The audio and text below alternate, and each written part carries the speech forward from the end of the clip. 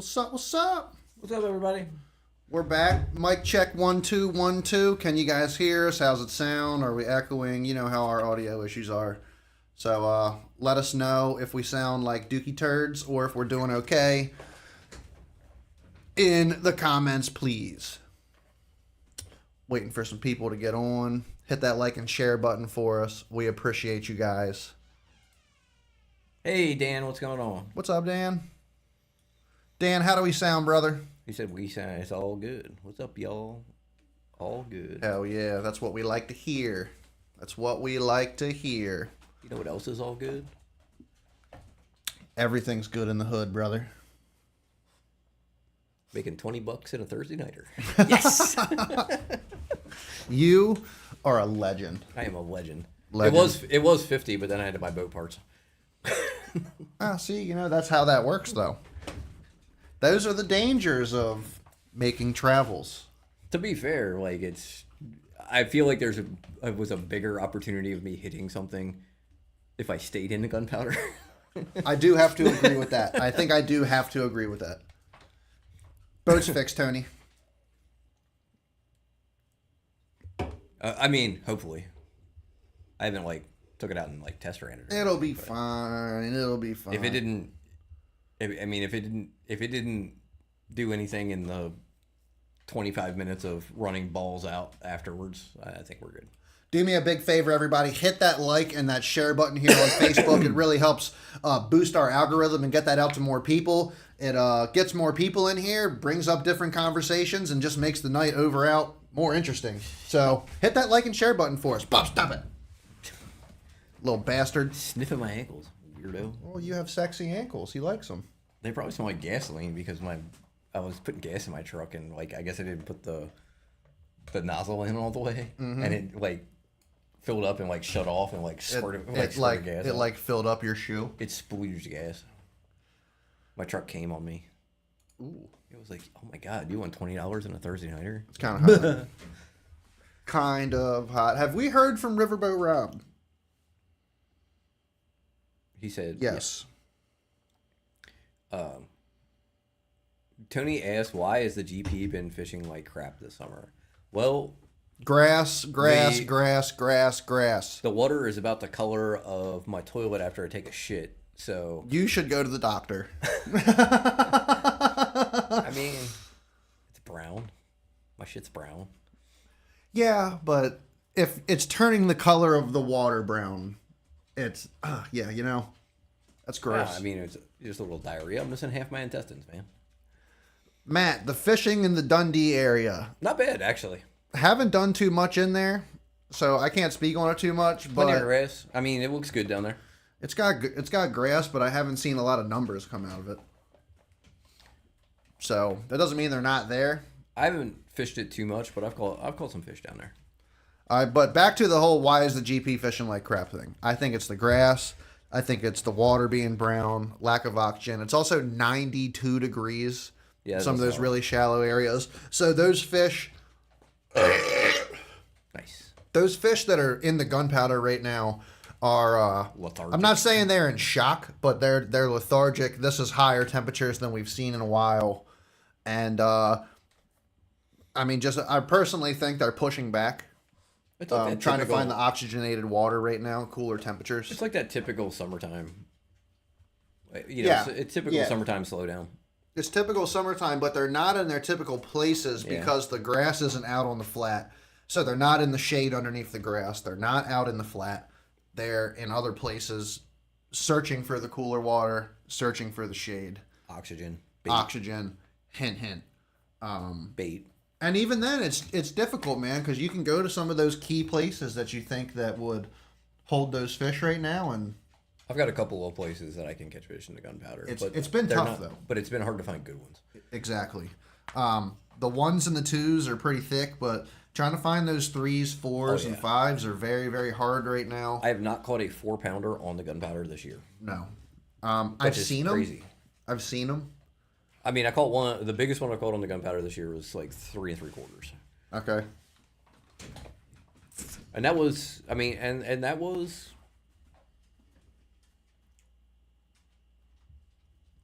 just like the week before the solstice. Okay. So, I mean, that was in June.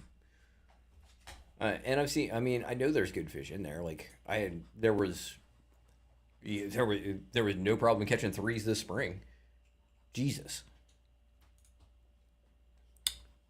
With a 15, with a 15-inch limit in a club tournament, me and my buddy Ron caught 8 limits of fish that would have measured 15 inches or better between the two of us. That's a lot. Bunky says that he checked weather records. It's the second hottest June on record. Second hottest June on record. And when was the last time that we had a heat spell like this in June too, Bunky? Do you remember when the last year was that we had this? Because it's been a while. What was that hottest year? Yeah.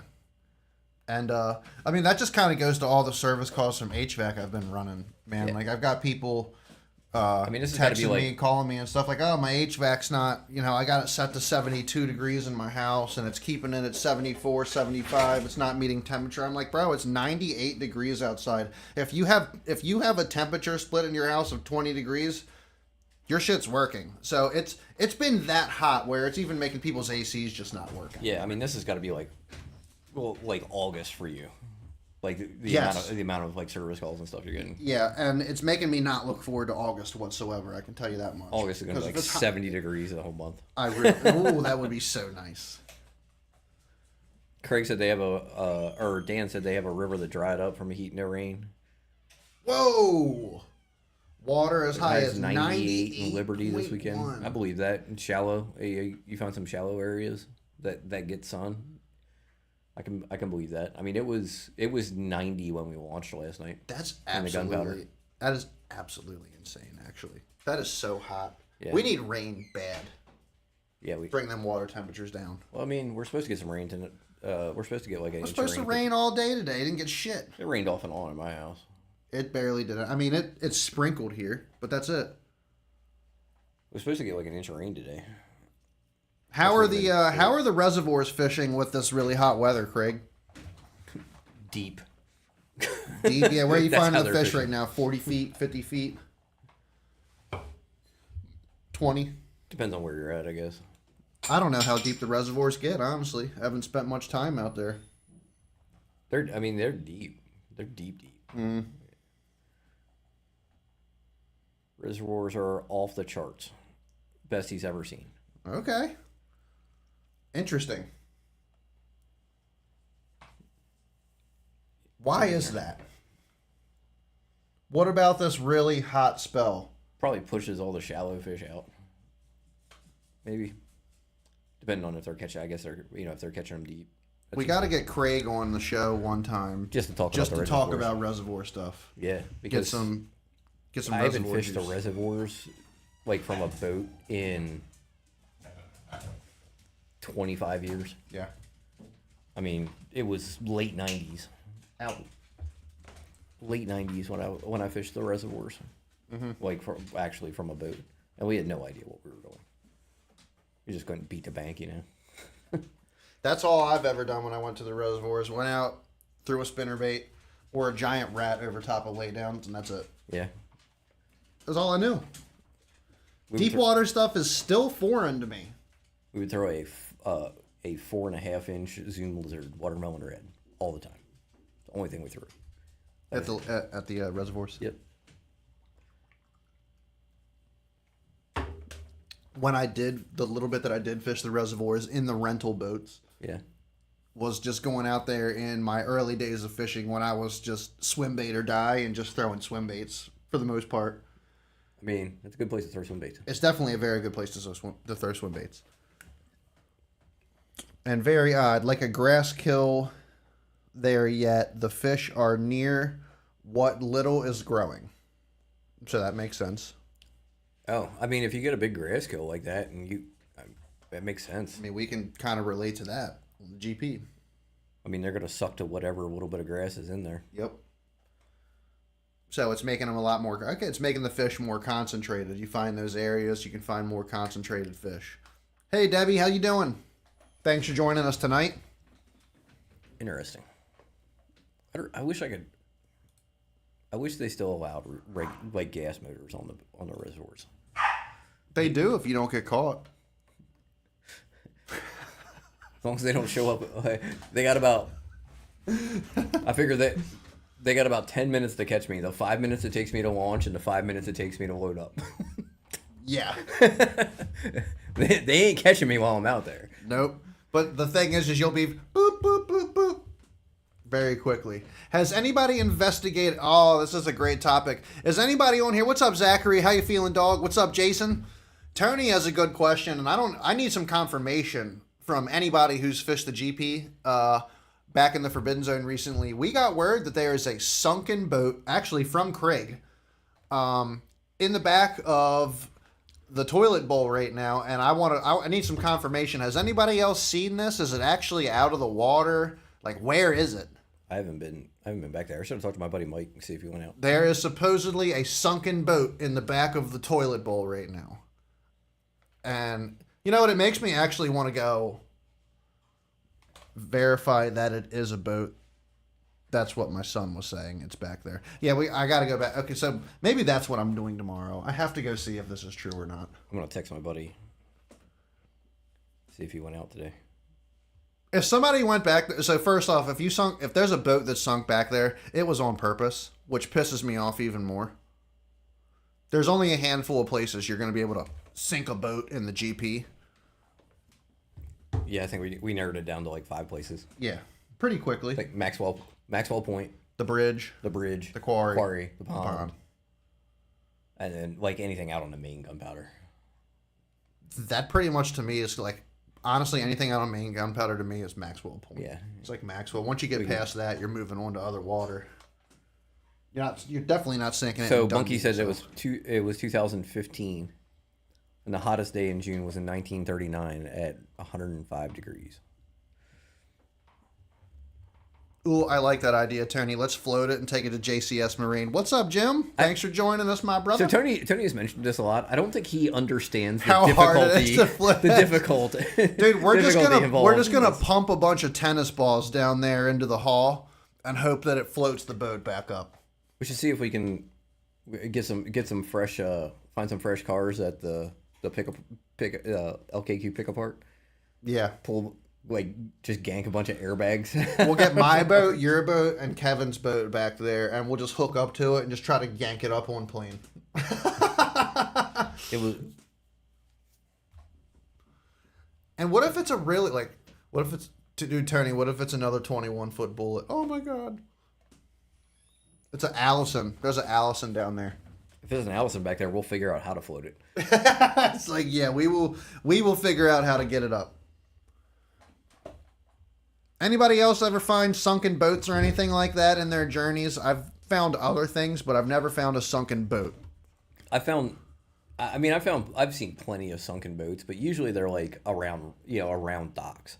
Like I've never just found like a sunken boat like out in the middle of nowhere.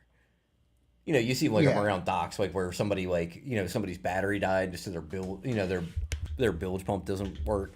I've definitely seen it on what up? Definitely seen it on like main lakes and like big lakes and shit, like from other people posting it, but not around here. I mean, you know what? I have seen there was a John boat out by the train bridge that we Sunk found by one the time. train bridge? Yeah. Like you can Wonder see if that's still there. You can see it on 360. Like it's it was a John boat, like square front end, like you could tell it was a John boat. Ratchet straps and 55-gallon drums, says Mr. Schultz. I don't know about that, pal. Why can't I hear myself all of a sudden? Yeah, I've seen a couple, Jason. I've seen a couple like smaller boats sunk on side scan that I've seen on my electronics, but I've never actually like seen one.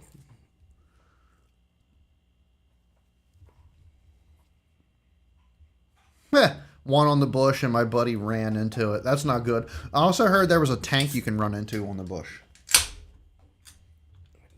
Any truth to that? Not that I know of.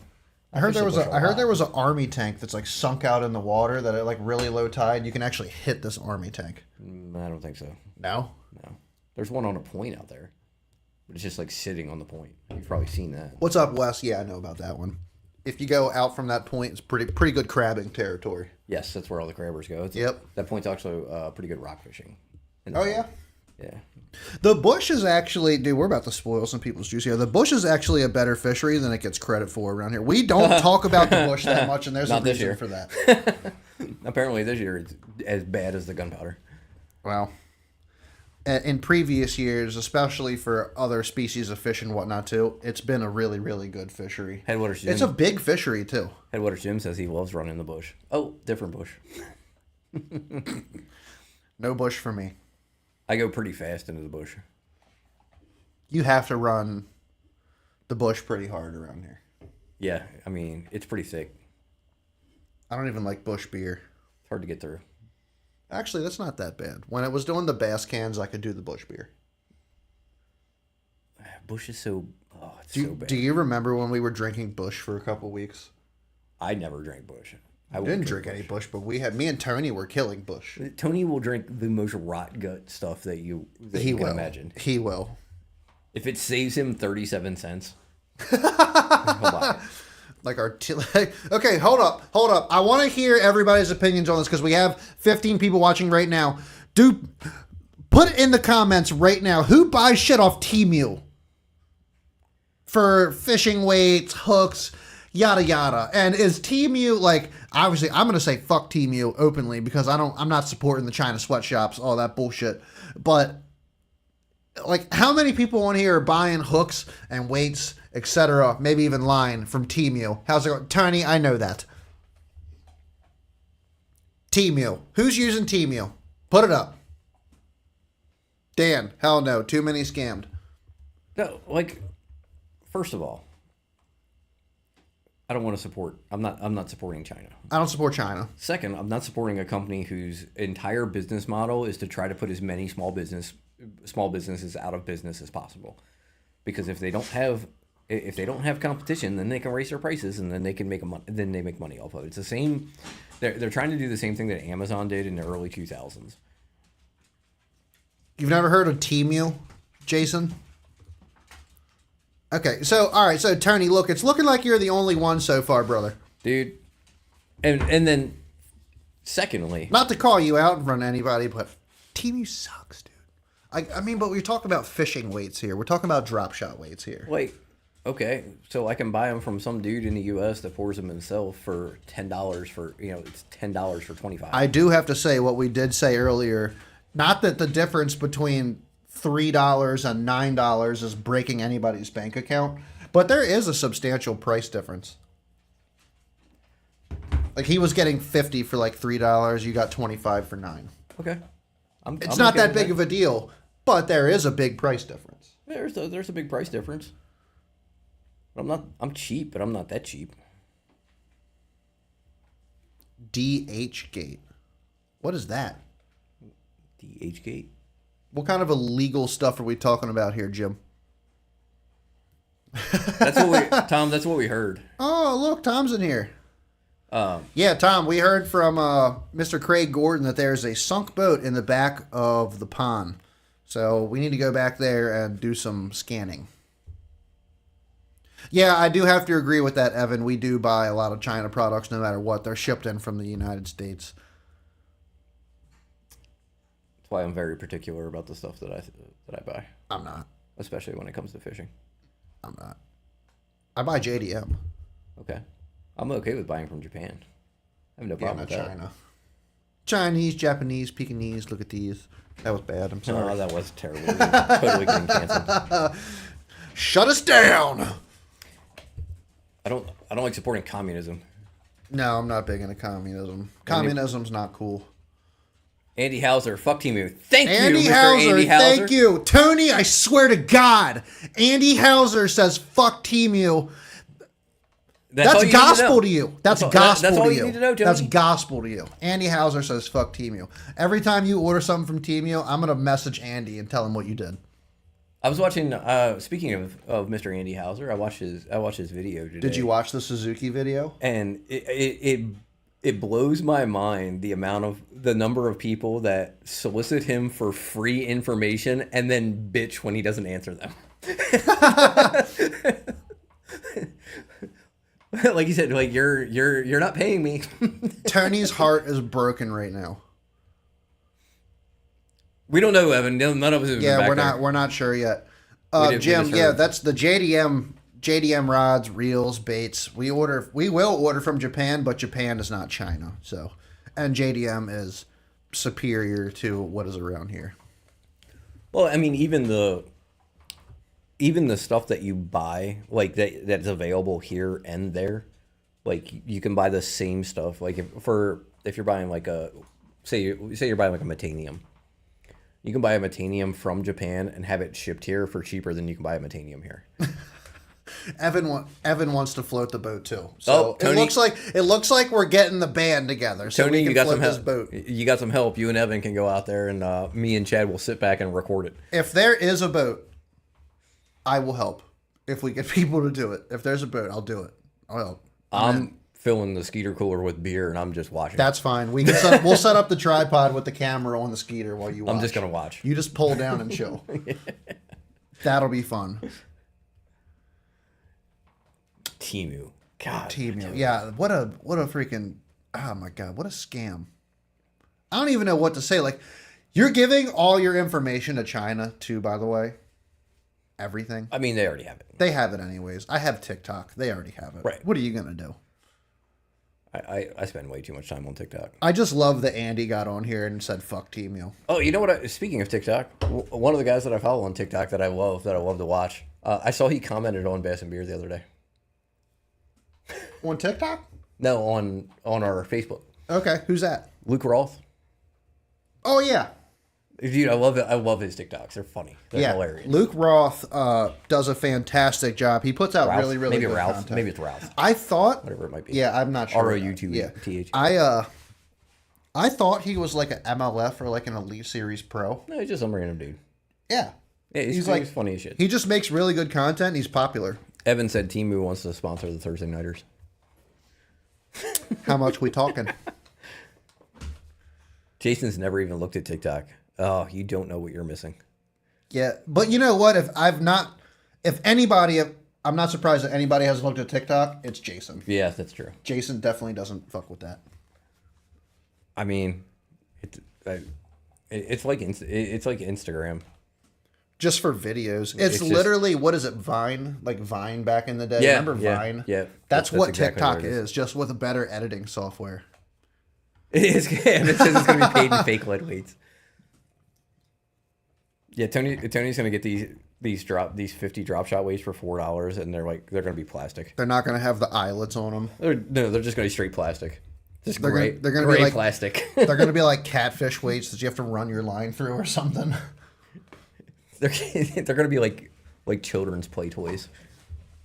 It's going to be a battery. It's just a battery with a wire wrapped around it. It's an old dead Duracell. It's got a shoelace on it from the sweatshop that it came from. I'm sorry, that's terrible. TikTok is. I greatly enjoy TikTok. I'm not gonna lie. Maybe not the application itself, but I appreciate some of the people on there. I made TikTok for Bass and Beer Radio and started to post content, and like originally was like, oh, this is great. Like I posted the first video, I had like 1,200 views. This is great. I posted the next one. I had like 65. I was like, okay. I posted another one. It was like 30. So and then I kept like it. You post one and it automatically boosts your algorithm because it's your first post, and then after that, it just like drops your shit off. And then it's terrible. If you don't post every day, twice a day, yeah, like then it drops you. It's like it is way harder to be. It's way harder to make content and put on Facebook and Instagram and shit than people think it is. It is so time consuming.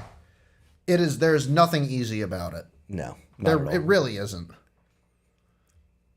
It honestly, it sucks. I just gotta say it sucks. But hey, you know what else sucks? The GP hitting a log in the middle of the bay. Oh yeah, that sucks too. How'd that happen? I was running and I was in 8 feet of water, and then it went boom, and then I kept running at 65 miles an hour. And so you made the run to the flats for the Thursday. You made the run to the flats, and then you fished Candace tore up some bass, She did. which is awesome. Yeah. I love hearing that. I don't love hearing my dogs bark. And then we left at Got you, Jim. We left at 8:15, mostly because I wanted to make sure I had plenty of light to run back. I didn't want it to be like completely dark. Mm-hmm. And I left the flats, and I'm running down the middle of the bay, and I'm in like 8 feet of water, and boom! And I ain't gonna lie, I never saw that. I just kept the hammer down. Yeah, you just got to keep the hand. There's nothing you can do about it. Like, What are you gonna do about it? like it didn't stop me. Like, just kept an eye on my water pressure. Kept an eye on my water pressure, and I mean, if the lower unit's jacked, the lower unit's jacked. No, not that one. I saw that one today, and I meant to like block that person. Yeah. I haven't even read it yet. All snap. Oh, why does he say check messenger? That's from last week, or not last week. That's from Tuesday or whenever we did. This is? Yeah. When he was talking about the 6-inch trick shad the other night. I know. I missed that trick shad drop the other day, too. Yeah, I seen it on Tuesday. 200 reel, 7.1, 7.3 ratio. Yeah. I think I'm throwing mine on a 6.8. But yeah, that's what happened. I was just running pretty much like in a marked channel and hit a wall, Yeah. which then jammed a chunk of wood through my water intake screen. And You had to fix that. You've had to fix a couple things on the skeet so far. not really. Couple. The screen. I mean, What happened with the lids? Did you ever do anything with the lids? Oh, so I figured out what the issue was. Okay. So my driveway is at a little bit of an angle, like angle down, and I didn't have the front of the boat jacked up high enough. So when my cover leaked, all the water ran to the front of the boat. You know what I'm saying? Like Yes. the water in the lids, instead of running back to drain out, it ran to the front. So like if your lid's shaped like this, you have a lip right here. So it ran down there and it overflowed. Okay. Because it was sitting point nose down. Gotcha. That makes sense. So you just been jacking the boat up a little higher? Yeah, just have to jack it up higher, okay. just to make sure the nose sits just up a little bit. That's the way to do it. That And it is wasn't the like- way to do it. I mean, it's really only like I had to jack it up like this much farther. But yeah, I mean, I fished. I had a club tournament in May on the Gunpowder, and it poured rain all day, and all my compartments were dry. Do your compartments get saturated even if you don't get water in them? Like my bot, like I get if, some if condensation. I gotta open up my shit and let everything dry out, or else I'll get. Yeah, I guess, and you're always going to get condensation when you keep your boat out. Like if you're not in like a temperature controlled garage, you're always going to get condensation in the lockers just from cooling down at night and heating up during the day. So like nothing you can really do on that. I really only have one locker that does that, or one compartment that does it. My rod lockers and stuff don't do it. My rod locker does it, and then I'll open it up and I'll have that like white. Like mildew all over my freaking cork rods. I'm like, fuck. The other thing that will do it, if you keep plastics on your rods. They rust out the hooks. Well, it'll also draw in moisture. I do try to take my plastics off if I'm not going to throw it for a while. But like right now, like if I'm throwing a chatterbait, like I'm keeping a chatterbait tied on and I'm probably not taking the plastic off because next time I go fishing, I'm just going to pick it back up. Depends on the amount of salt in the bait. Some baits won't do it at all. The salt, what is the But salt? if you have salt will draw the water. Right. Everybody do me a big favor. Hit that like and share button. Boom. Right there. Jim, I used to Like get my champion. and My share. champion did it the same thing. Like and share. Thanks, Greg. We would appreciate the shit out of you for hitting those buttons. It's not just tin boats. My champion did the same thing all the time. It's the salt in the plastic.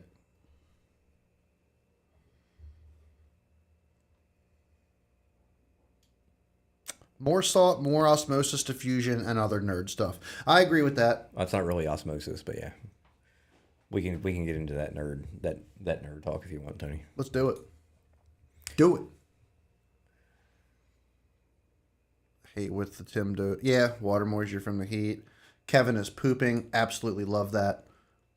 Andy is still on here. He Absolutely says love that Andy's on he here. says rip that carpet out and put in sea deck and bilge blower in the compartments. Oh. I will say that my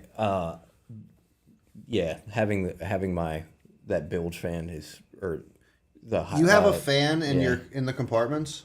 Yeah, it runs around. It's not in the compartments, but it runs like. So wait, is it like one fan that's like ducted to each compartment, or it doesn't actually run into the compartments? Like there's nothing in the compartments. The compartments are pretty sealed except for the drain holes. It runs through the bilge. It runs around the compartments, so it sucks the water. It gets the moisture out of the bilge. Oh, it's underneath everything. Yeah. Okay, I got you. The dry dock. That's what I was trying to think of. Kevin has it in his too. Tony wants to know Andy's opinion on the new bullet hull, the 21XST. Andy, if you're there, Maybe you should send him an email. yeah, email him. Sorry. If you watched his video today, you'll understand that. I love Andy's videos. Oh my gosh. Yeah, I love Andy's videos. I try to watch them whenever they pop up. And when we talked to on Andy, it was Facebook. geeking me out too. Andy is a character. Love having him on the show. We would that love was to have great. you back on the show again, Andy, if you ever have some time. Would love to have you back on. Yeah, that was good times. Yeah. We gotta get Matt Herron back on too. Yeah, we got to get Matt Herron back on. I would also love to see our boy Matt Downs come hang out again. We haven't seen Matt Downs in a little while. Matt Downs with Trick Tins. Matt Downs is a guy who makes some sick ass builds. I would not be surprised if a lot of the stuff that he does in his Appreciate that, boats Andy. would have like fans, stuff like that to keep those compartments dry with as much as you're putting into those little tiny John boats. Oh yeah, I'm sure His work is so clean. and I'm sure that like he could like plumb that out, like just the way that his brain works. Like, Yeah, oh yeah. Like he could probably look at it and be like, "Yep, know what I'm doing." And like He's a have hustler, man. Have the sickest system in there. He's a hustler, baby. Yeah, he makes. I like that. He does make some really sick stuff. Ooh, Tony. Andy says he has a video coming on the new bullet hull. So there you go, Tony. You're just gonna have to wait. Ooh, Tony's going to lose sleep over that. I'm probably going to lose sleep over that. Tony's not. I don't know why Tony's gonna lose sleep. It's not He already like- has a bullet. But One, he already still. has a bullet. Two, he's not gonna go buy a new one. Tony is unpredictable. He is very unpredictable. Tony is unpredictable. Homeboy will not go out and buy a jackhammer. But he bought an old bullet and just decided to throw 30 grand into it. And it's going to be the sickest boat. Don't get me wrong. It is going to be sick. It's going to be wrapped. It's going to be fast. Yeah, it's gonna be- JCS Marine is one of the best in the business for boat restoration. I mean, so- I know he's working on like Yeah. finding a new motor for it. And Yeah. or not necessarily a new motor. Pretty sure but- we're working on finding a new a motor, not new. A newer What's up, motor. Steven? Newish motor, and I'm really hoping that Tony decides to put a show on there and purchase a secondary ECU with a flash. He needs to flash it to 300 and then have a secondary ECU to run for tournaments. That's what needs to happen in that bullet. It needs to happen. You've put too much money into the bullet already to not do that. I'm just saying. Yeah, for real. Jim, this boat's retarded. I don't even want to ride in it, to be honest with you. It's scary.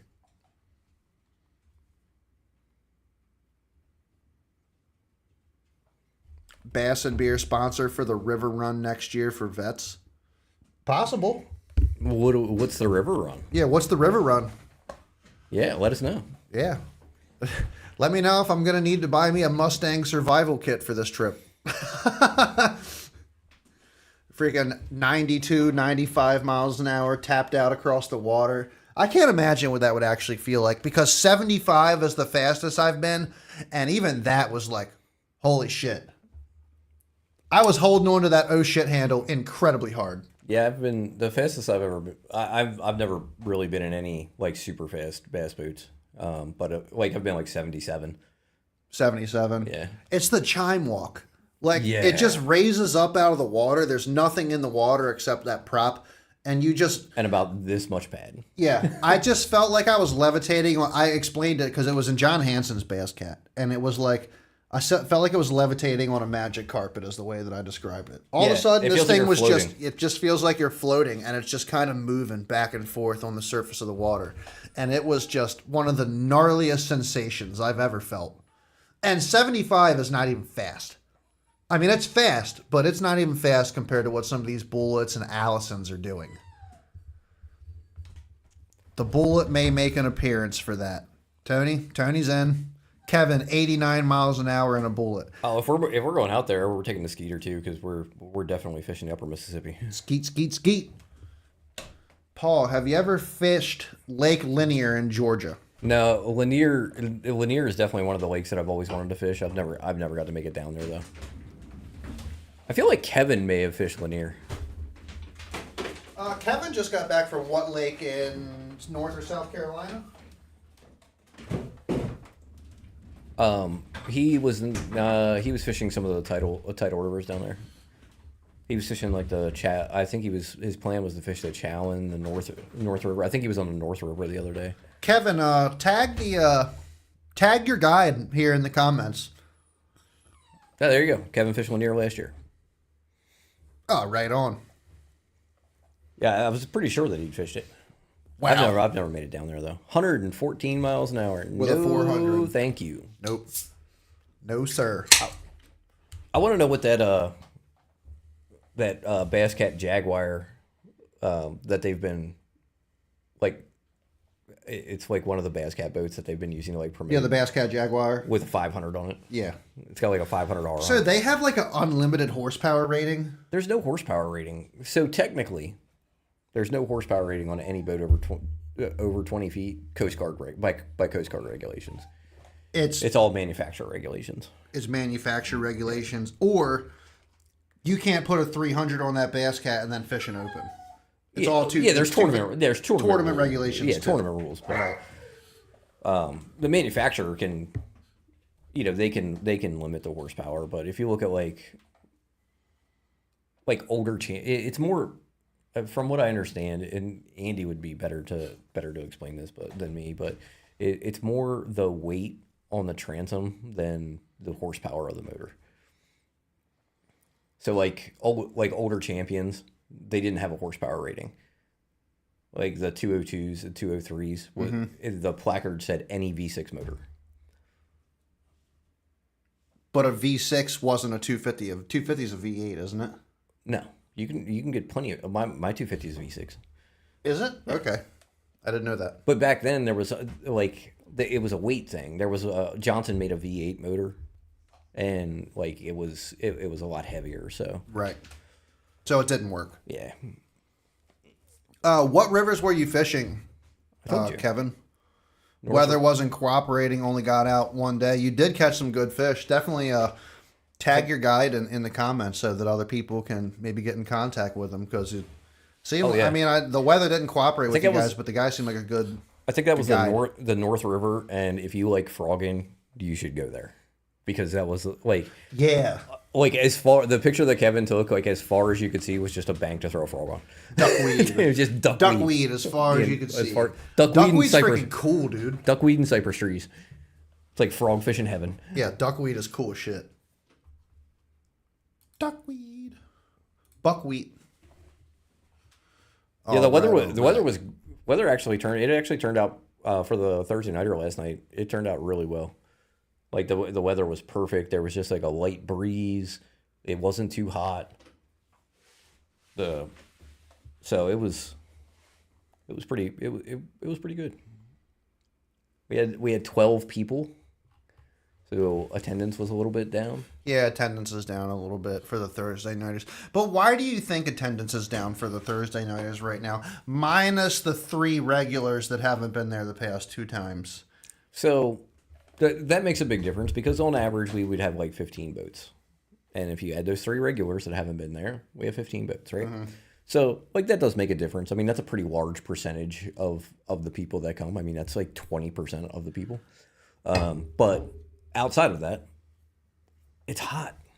I thought I remembered last year that like the first 4 Thursday nighters were like in the 20s, and then it fell off. We had a couple of good ones. Yeah. Where we had like, well, I think the one that, there was one that was like 22 boats. But think about it. It's heat. Like Marty, yeah, exactly. And the bridge, like that's why Kevin isn't fishing. Because the bridge being out, the traffic is terrible. So anybody coming from the south, the traffic is just jacked up. Good answer, Martin. And I know there are plenty of people like Marty, like Kevin, Jimmy Eaney that did fish. Jimmy's dad that fished all the time last year. Mm-hmm. With Jim Hitt, those guys. Like Kevin said, it took him. What normally takes like 30 or 35 minutes. It took him like an hour and 15 minutes to get home after the solstice. It's not worth it anymore after that. Yeah, we know that, Marty. Yeah. I told him he could keep his boat at my house, but he hasn't done it yet. Yeah, exactly, Kevin. That's what I'm saying. I know at least 4. There's at least 4 people that usually come to at least some of the Thursday nighters that come from your side of the bridge. So like that's got that's going to have a big impact on it. The heat. I mean, the heat it's terrible out there. It's been terrible. Last night wasn't too bad, but the first one that was 2 weeks ago because we didn't have one for 4th of July. It was disgusting. It was like, yeah. That was disgusting. And there was like no air movement whatsoever. It was terrible. I'm already at work running calls outside all day long as it is. When I get off work and it's time for the Thursday and it's 98 degrees out, the last thing I really want to do is go stand on a boat with absolutely no wind moving at 95 to 98 degrees. I just don't want to. Marty says it's brutal, especially on fat boys like him. Marty, you know what? You might be fat, but at least you're not... Well, I'm not freaking skinny anymore either. I got some love handles going on. But, dude, I sweat like a fucking sumo wrestler in a sauna. Like, I should not sweat as bad as I do for being my smaller frame. You know what? When I was... It's because of this! When I was smaller, I didn't sweat. Like, I didn't sweat hardly at all. Like, so, taking it back to, like, my early 20s, like, when I was running in college... Like, my wife says country thick. I was 135 pounds when I was a distance runner, right? So like I was very small. I didn't sweat. But I had like no body fat. Boy, when I gained about 40 pounds, whoo, that sweat rolls off me now. And I weigh 178 pounds. Like I'm not, it's not like I'm a fat dude or anything. But man, that sweat will roll off me now. 190 pounds of steel and sex appeal. I like it. Marty says he was 135. He was born at 135. Minus that tuna can penis you got it going on. Well, give me a... I'm like 178, 180 right now. So like I'm at a normal weight. Dude, but I haven't weighed myself. I bet you I'm at like 205, something like that. Like back then I was running 100 miles a week, give or take. So that tends to keep you pretty small. Kevin and his tuna can. You know what, Tony? He can't touch the bottom, but he sure can rub the sides.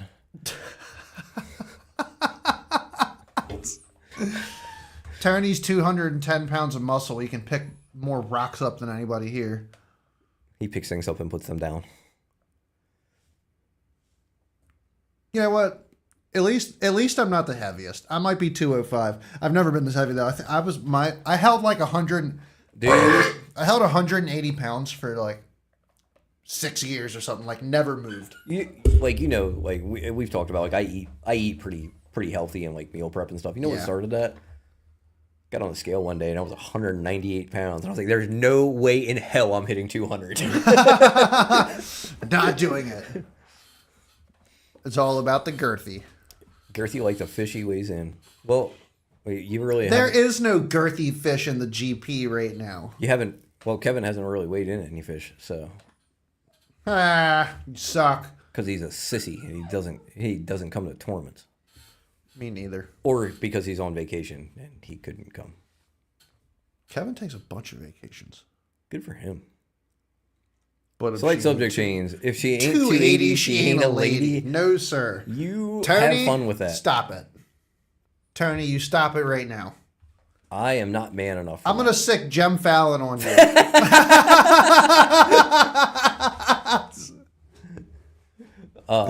Marty, I love you, Marty. Yeah. Tony, I'm going to sick Jim Fallon on you. Because Jim Fallon don't do 280, she ain't a lady. It don't work like that for him. For real. When's the next SQT, Marty? Is there one on the there was one on it was just a couple weeks ago, right, on Conowingo? I wonder I haven't seen what the standings are. What was it? There was the state qualifier trail. I just curious what the standings were. I couldn't remember when the last one was. It was on Conowingo. I thought that's what Tony's been fishing. No, that's the SFT. Y'all gotta stop doing shit like that, making them all close together and stuff. Come on. Yeah, I just want to see who my competition's gonna be in October. You said skinny with daddy issues.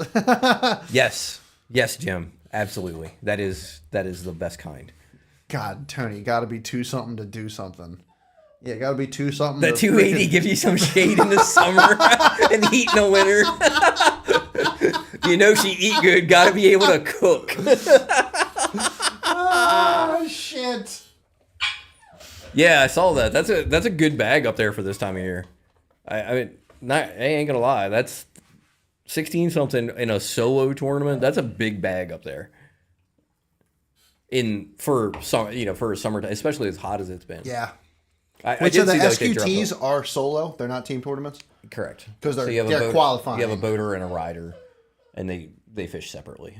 Oh, yeah. Okay, I got you. Yeah, it was 16 on Wingo, Tony. 16 on Wingo is decent. 16. That's a decent one-man bag. That's a good one-man bag. Generally, for team tournaments, you can add 2 pounds.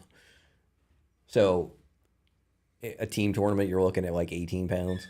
Holy shit, the O's just scored, says Rob. Come on, O's! Let's do it, Rob! Let's go home! Bring it home, Jackson Holiday. I mean... Jackson Holiday's in the minors. I mean, David Jackson. I don't know who David Jackson is. Chris Ross. I don't know who that is either. Chris Davis. He doesn't play for us anymore, but we still pay him like $10 million a year. Yeah, root for that guy. Good for him. Yeah, golf. I like golf. Oh, Marty, are you a Nationals fan, or do you just not like baseball? I don't like baseball. I know he's a Redskins fan. You know what I do? No. I'm sorry, Marty. I'm so sorry. I did not say that. I did not say that. You're a Dolphins fan, and I knew that. I'm so sorry. I'm so sorry. I did not mean to put that funk on you. Yankees?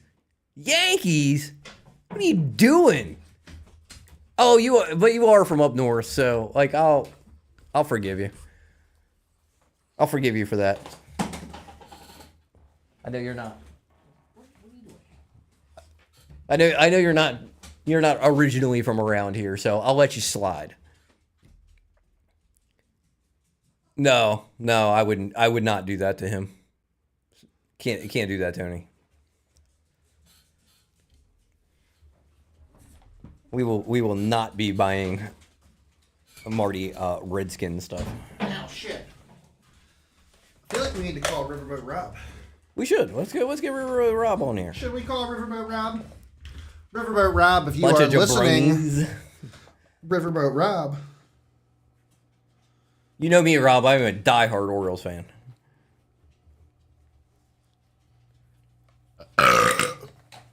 Woo! All right, we are going to... I'm married to a foreskin fan. Oh, God, that is disgusting. Ew! That's so funny. He says jabronis. Love it. All right, we have to send a link to the old Riverboat Rob real quick. We're going to go... I got to do this real quick. Editor, what is happening? Studio mode, guest speaker. Delete. Collab cam, start, copy.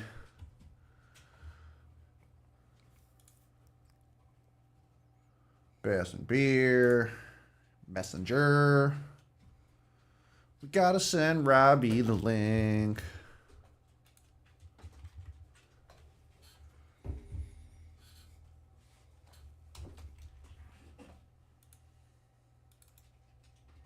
That is not.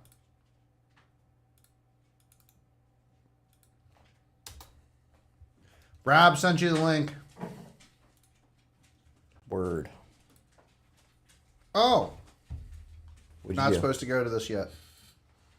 We're back. I don't even know if Rob's watching right now. Roberto Tomatele. Speaking of foreskins. Oh, God. Speaking of foreskins, Riverboat Rob. Riverboat Ron. No, you should leave it Ron. That's even better.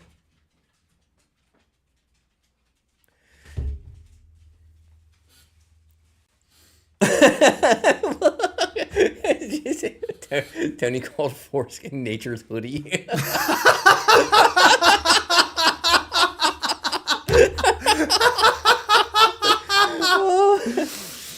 Oh, this should be illegal. That's hilarious. Oh, Jason, if you were going out of tidings, I would totally give you some stuff to check out. But that might be a little bit of a trip from tidings to where I would tell you to go on a kayak.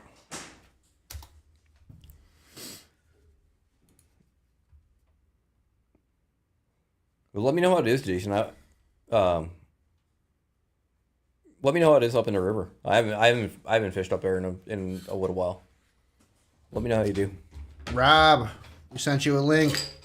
See you, Tony. Bye, Tony. I know you have a motor, Jason, but still.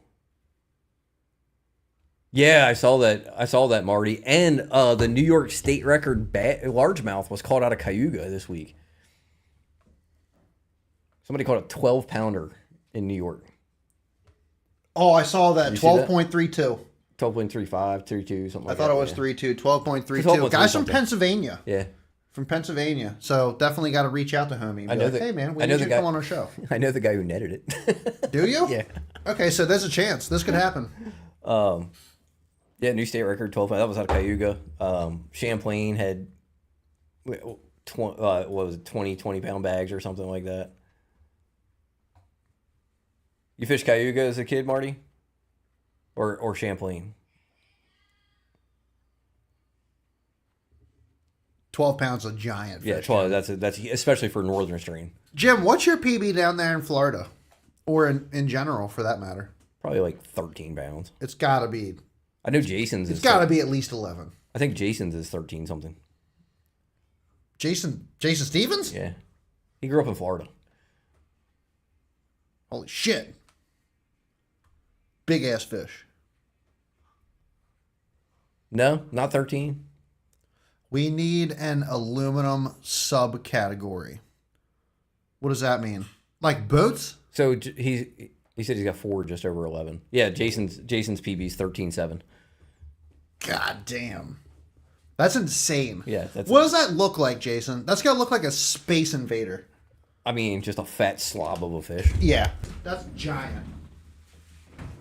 Marty's headed to Champlain next week for the regional.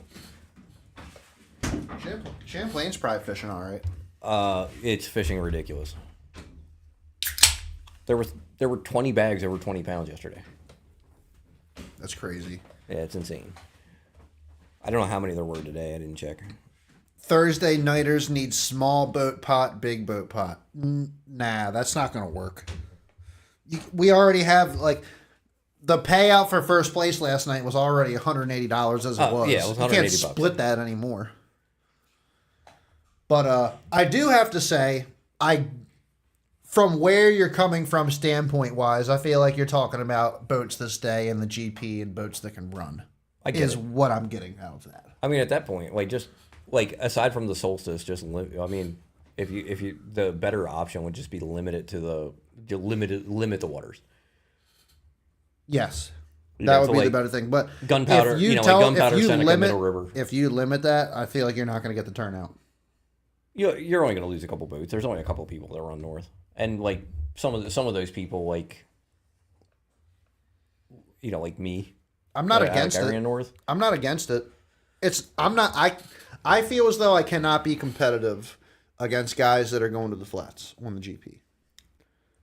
Could I place maybe third, something like that, with maybe two? Yeah, like Vince was second last night. Vince was second last night, and 2 times in a row, Wayne and Wayne have been third fishing in the GP. So like it's there, but it's not the numbers. The quality is just not the same. It's been like 2 out of 3 has been won on the flat so far. 3 out of 3, pretty sure. 3 out of 3. Yeah, no, 2 out of 3. Steve got second in the last one. I know he went to the flats.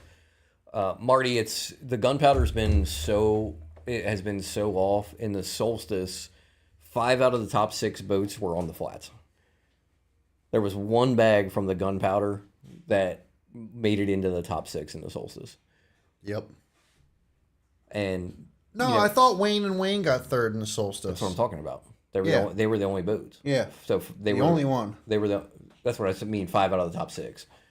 The other 5 boats in the top 6, if I remember correctly, were all went to the flats because it was Tom Bavaro, Victor, me, Frank, and Dave. Like we all went to the flats. And you're the way the flats are fishing right now, it's very, very hard to compete with somebody going to the flats. It is. It is very hard to compete with somebody going to the flats. Marty, that's insane right now. That is a stupidly good bag for the gunpowder right now. And 18 for 5? And I'm on the gunpowder a really good bag. Well, you live there. Because I live there. I'm still out there. Like I'm out there 3 nights a week. And it's been really slow. Like it's really hard to find. I'm not saying there's not quality fish there. It's just really hard to get on quality fish, and it's even harder when you're sharing the water with 10 other boats. That's the biggest thing. When you have 10 other boats that are fishing the same water, it makes it even harder. Sharing the water in the GP is tough. Because especially now more than ever, it's fishing smaller than ever because there's no grass. So it is definitely changing the way that shit's fishing there quite a lot. Yeah, that's what I figured, Marty. I figured it was that he wasn't out fishing a tournament or anything, or it was just a small club tournament or something. Mm-hmm. But they're like I know they're there. I mean, I've caught some decent fish this year, but it's nothing like it's been the last few years. This spring was ridiculous. So like I know they're there. It's just been really off the last 3 to 4 weeks. Jim, I gotta say I can agree. I agree. I feel as though the heyday for me fishing the GP was in the freaking John boat. When I would fish that John boat, I feel like I caught so many fish in the John boat, and I feel like I swapped and I went to the Ranger, and now I'm catching half the amount of fish. It'll change. The biggest reason for that is when you get yourself into a smaller boat, you don't feel like, so you went from a smaller boat to a bigger boat, right? Yes, sir. So now if you're not catching fish, you're like, oh, I can just run 5 miles this way. Where if you were in the John boat, you just stayed there and ground it out, and you figured it out. It doesn't but I fished the same in the John boat as I have in the Ranger. I haven't really fished the way I haven't really changed the way I fish too much. You run around. You definitely run around a lot more. I don't think so. I think I ran more in the John boat because I knew that I could run any of those channels that I wanted to, no matter how shallow it was, where I can't do that in the Ranger. So I do feel like if they weren't eating here, I would run the John boat all the way down to somewhere else where I can't run the bass boat down to some of these other places. Maybe. Marty, the Yak Shack, so they are renting the property. So they're paying rent to the county for that. They suck. They were in the marina that closed down, like right there at the corner where the seawall is. And when that closed down, they made an arrangement with the county to be able to rent it, just like they do at Dundee. It is a little more out of the way at Dundee, though. It honestly, Marty, it almost makes me really want to go back to the John boat. It really does sometimes. I'm just like, fuck this thing, man. Like, get on this thing, that's just very freaking true. run it. You have so much more sensory input and stuff you're thinking about with the bigger boat. It just cost me so much less to fix the John boat if I break the lower off of it than it does the bass boat. Not to mention, you know what I'm saying? You replace the whole motor for the cost of your lower unit on the Exactly. So it's just like, I just have more confidence. I'm just, in my mind, I'm like, this is going to cost me so much if I break this boat. But if I run the John boat and I break something, it's like, I might be at like $500, $600. I'll be up on the water again in a week or so. See, I actually think it's the opposite, Jim, with as far as fish getting spooked, because things are so much louder in a tin boat. They are.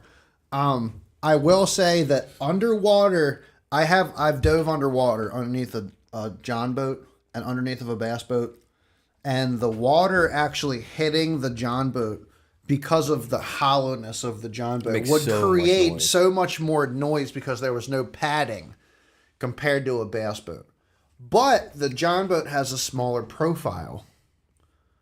So give and take, maybe. There is definitely big time give and take. But I think, sound travels in water so much more too. So. Sandra, thank you so much for joining the show. Let's check out Sandra's comment.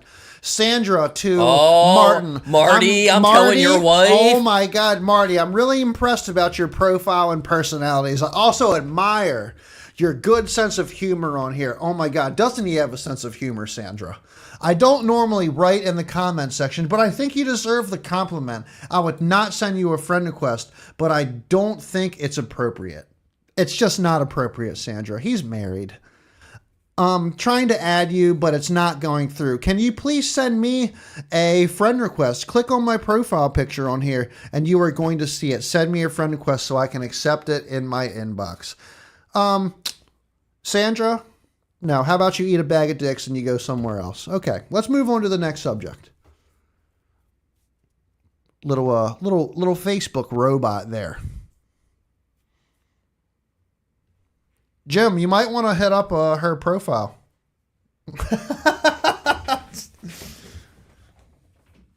Martin says, Sandra, lick 'em. It's louder, but I agree. It is a smaller footprint. It's definitely a little bit louder. I do say that like moving in the John boat is a lot louder too, from stepping on the front, moving to the back to tie on baits or something. Your echo in the water is just so much louder. But at the other same time, like we were talking about the John boat, I just feel like I'll take it anywhere. I'm not scared about hitting stuff. I'm not scared what's in the water. You just run it. So to me, I ran more in my John boat than I do in the Ranger. Simply for the confidence factor of damage to money cost ratio. That's literally what it is. That's literally what it is.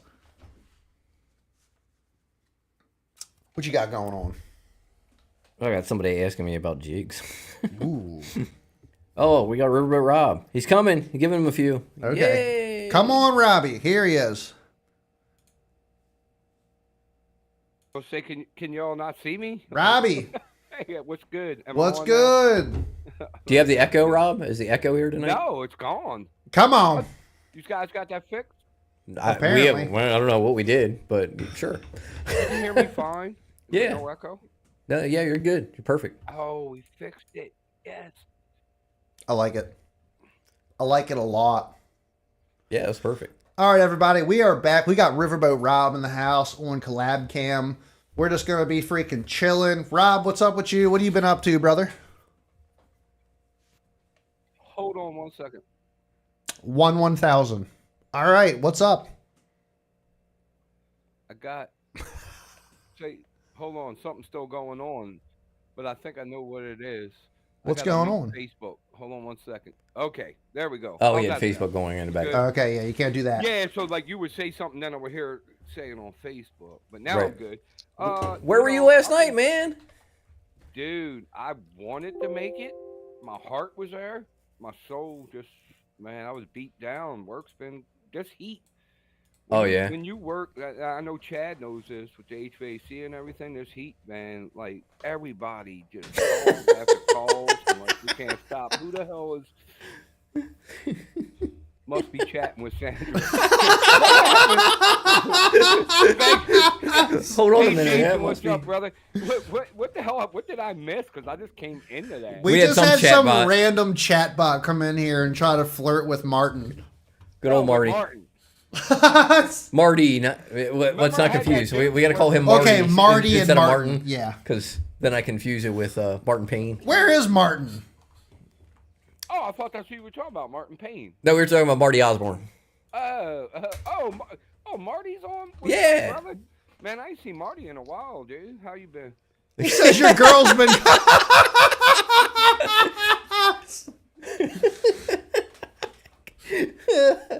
Oh, Marty cracks me up. Is Marty? He said your girl's been calling, bro. Martin! Hey, there's Martin. What's up, brother?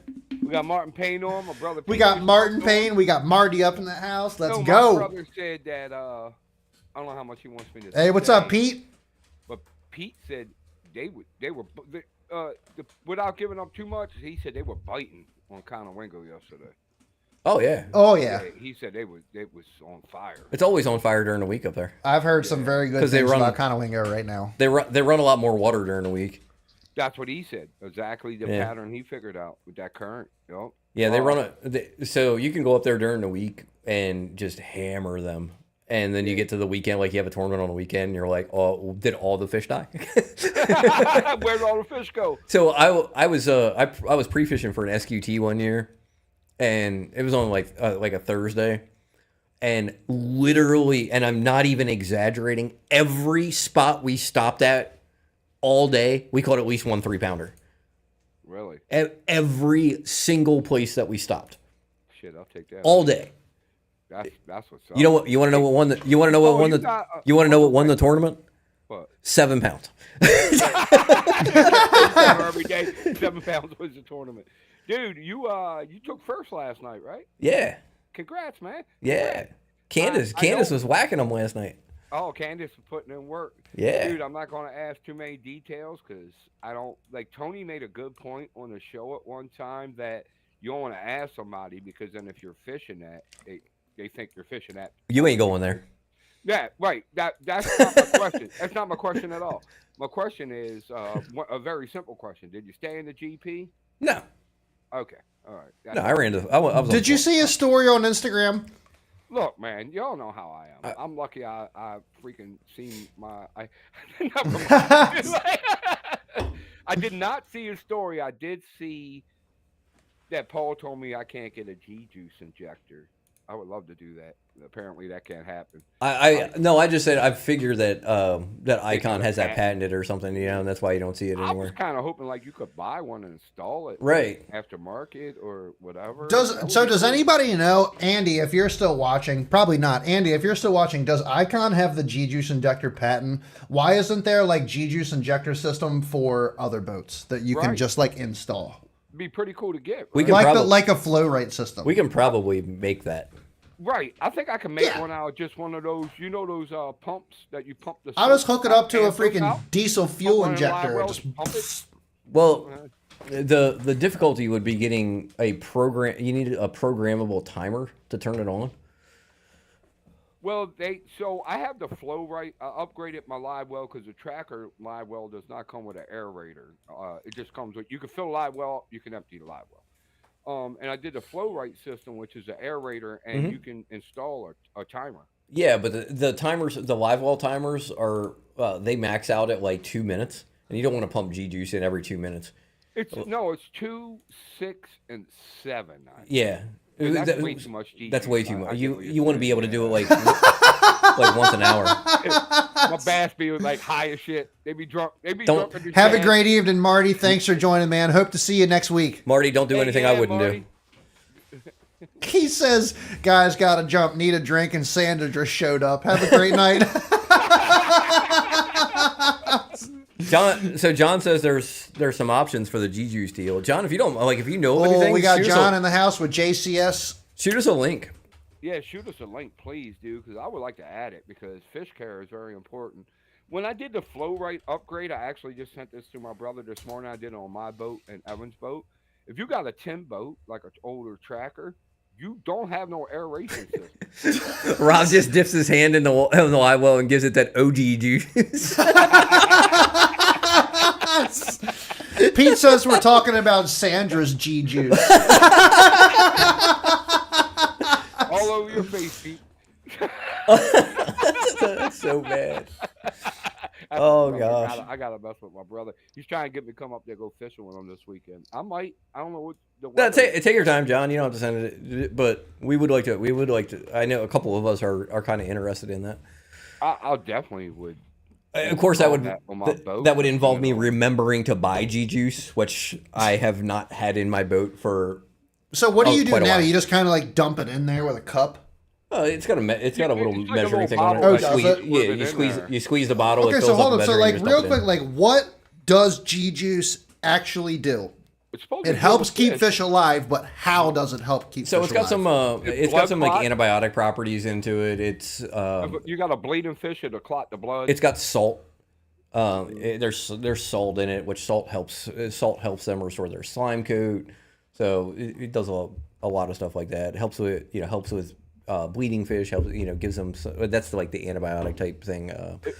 But yeah, it's so if you want to know, Gene Gillian on the Bilge. Did you watch that one, Rob? I did not watch that one. Watch the one with Gene Gillian. He talks about different fish care measures. He's the conservation director for BASS. He talks about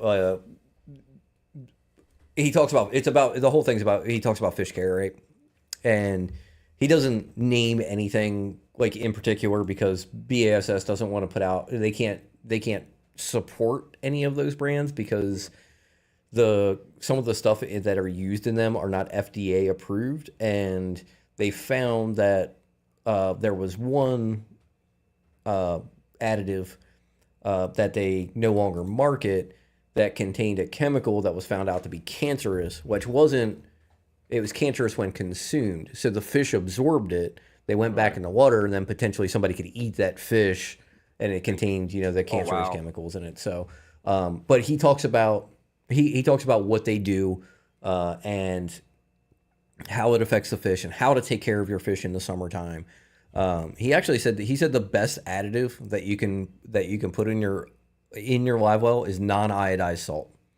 Really? Yep. That makes sense because you ever go swimming in the ocean and like you maybe got a cut or something and you get out the ocean and that salt water is done started like healing it. So dude, Yeah, he said I got a non-iodized. It had to be couple, non-iodized. He said specifically non-iodized salt. I got a but- juicy inside story that I could say it's not Spill the beans. okay, but this is just things I have heard. This is not official.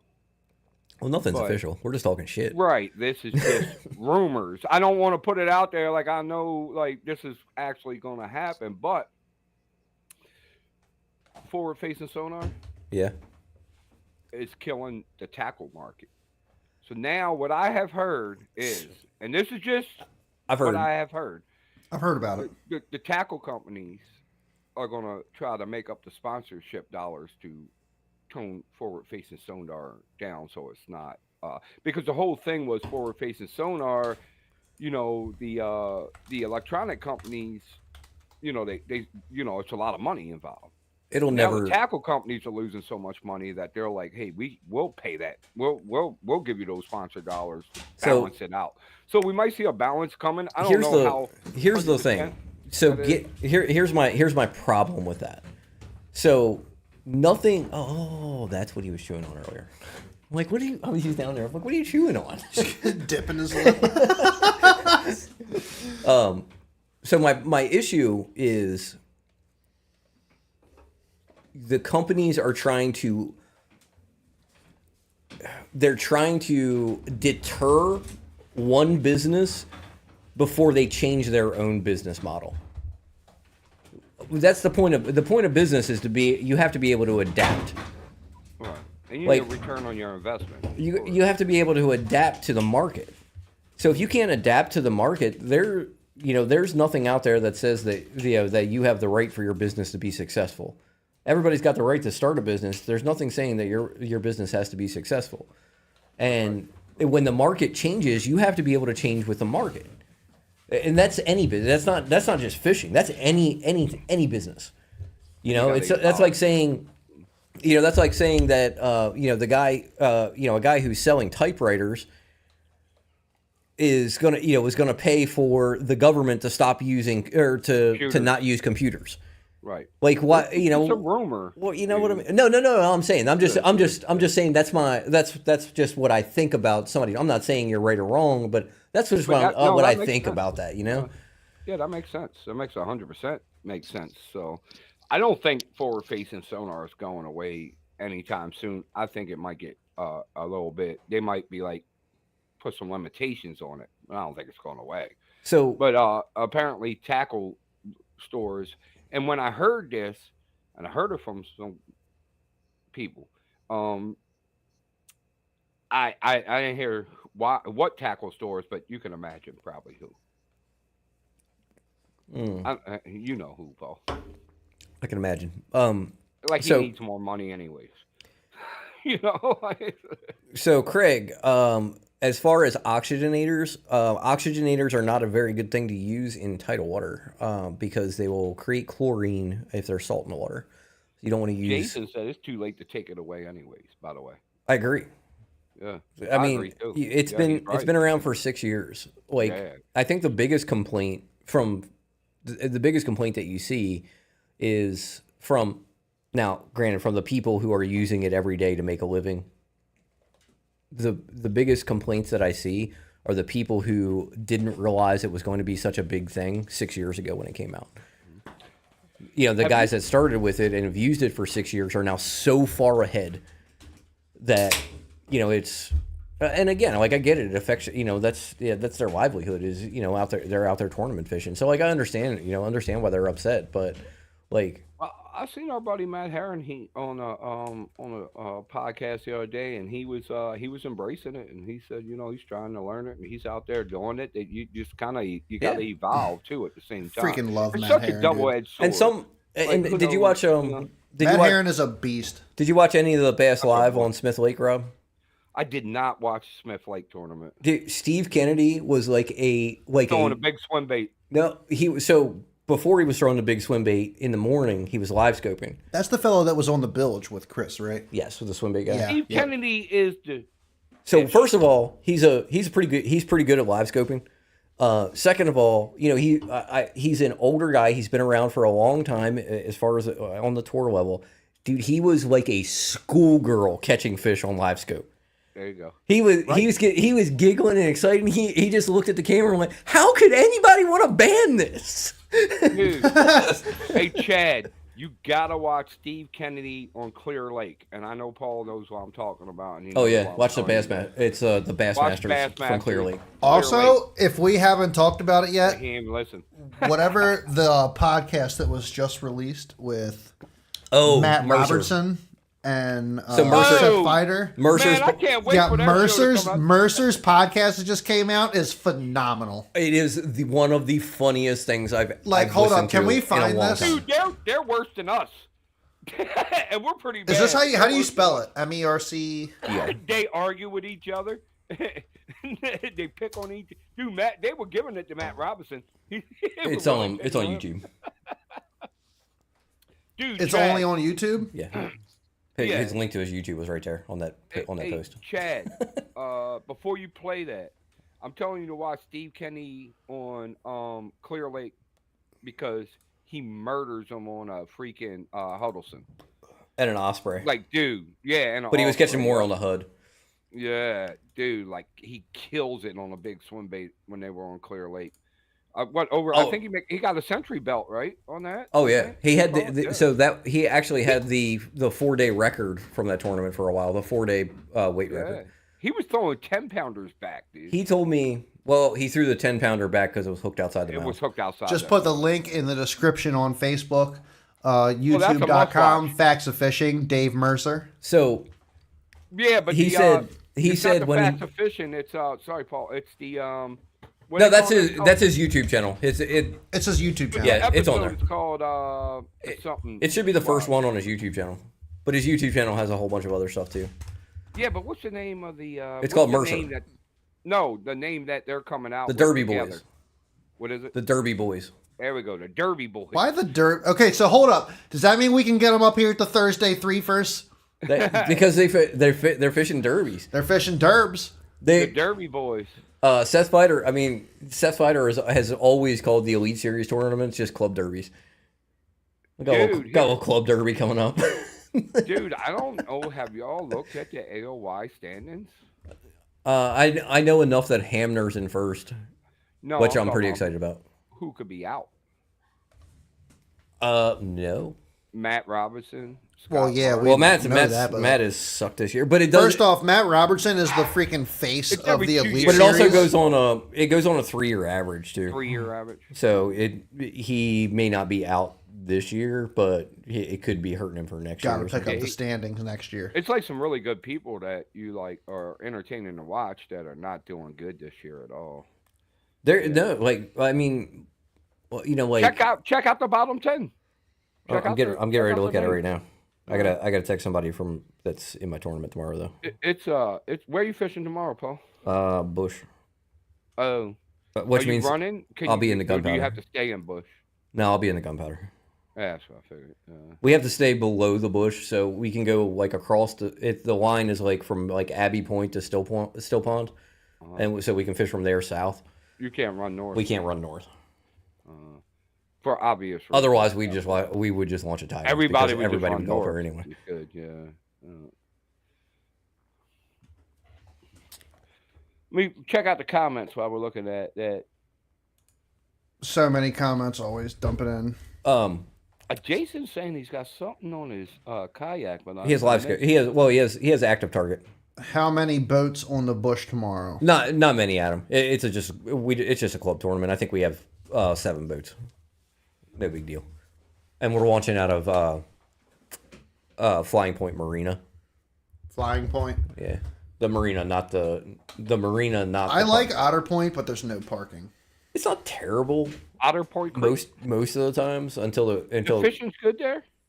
Because it looks juicy. I mean, you got to travel in the Bush River It to can find be. the fish, but it's not. I mean, not right outside of freaking Otter. I always thought it was like super Nah, you'll be- too shallow to fish. it ain't gonna. You're not gonna.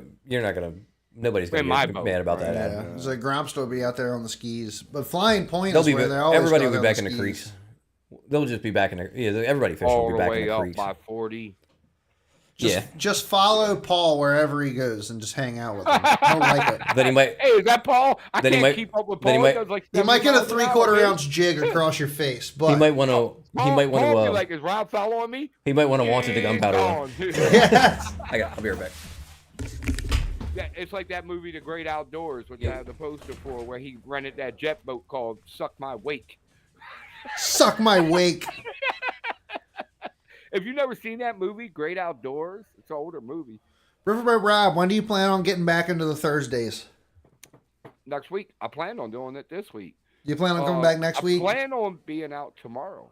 Is the plan. I got to put some time in to figure out where these fish are on the GP. I haven't fished the past 2 weeks on the GP because I don't know where they are, and to me it's worth my time to go fish the flats over the GP right now.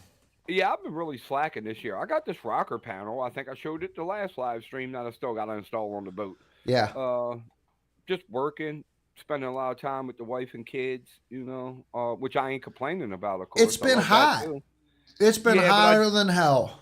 I got a boss that was like, Rob, you need to go freaking fishing. I got a wife that says, Rob, you need to go fishing, and I still don't go. You know what I mean? And so I was like, I really need to kick my own ass. I gotta kick myself in the ass. So I didn't mean to say ass. I gotta put a Pete wants dollar to in the fish a square Thursday there. with you. Let's do it, man. We'll do it this Thursday, Pete.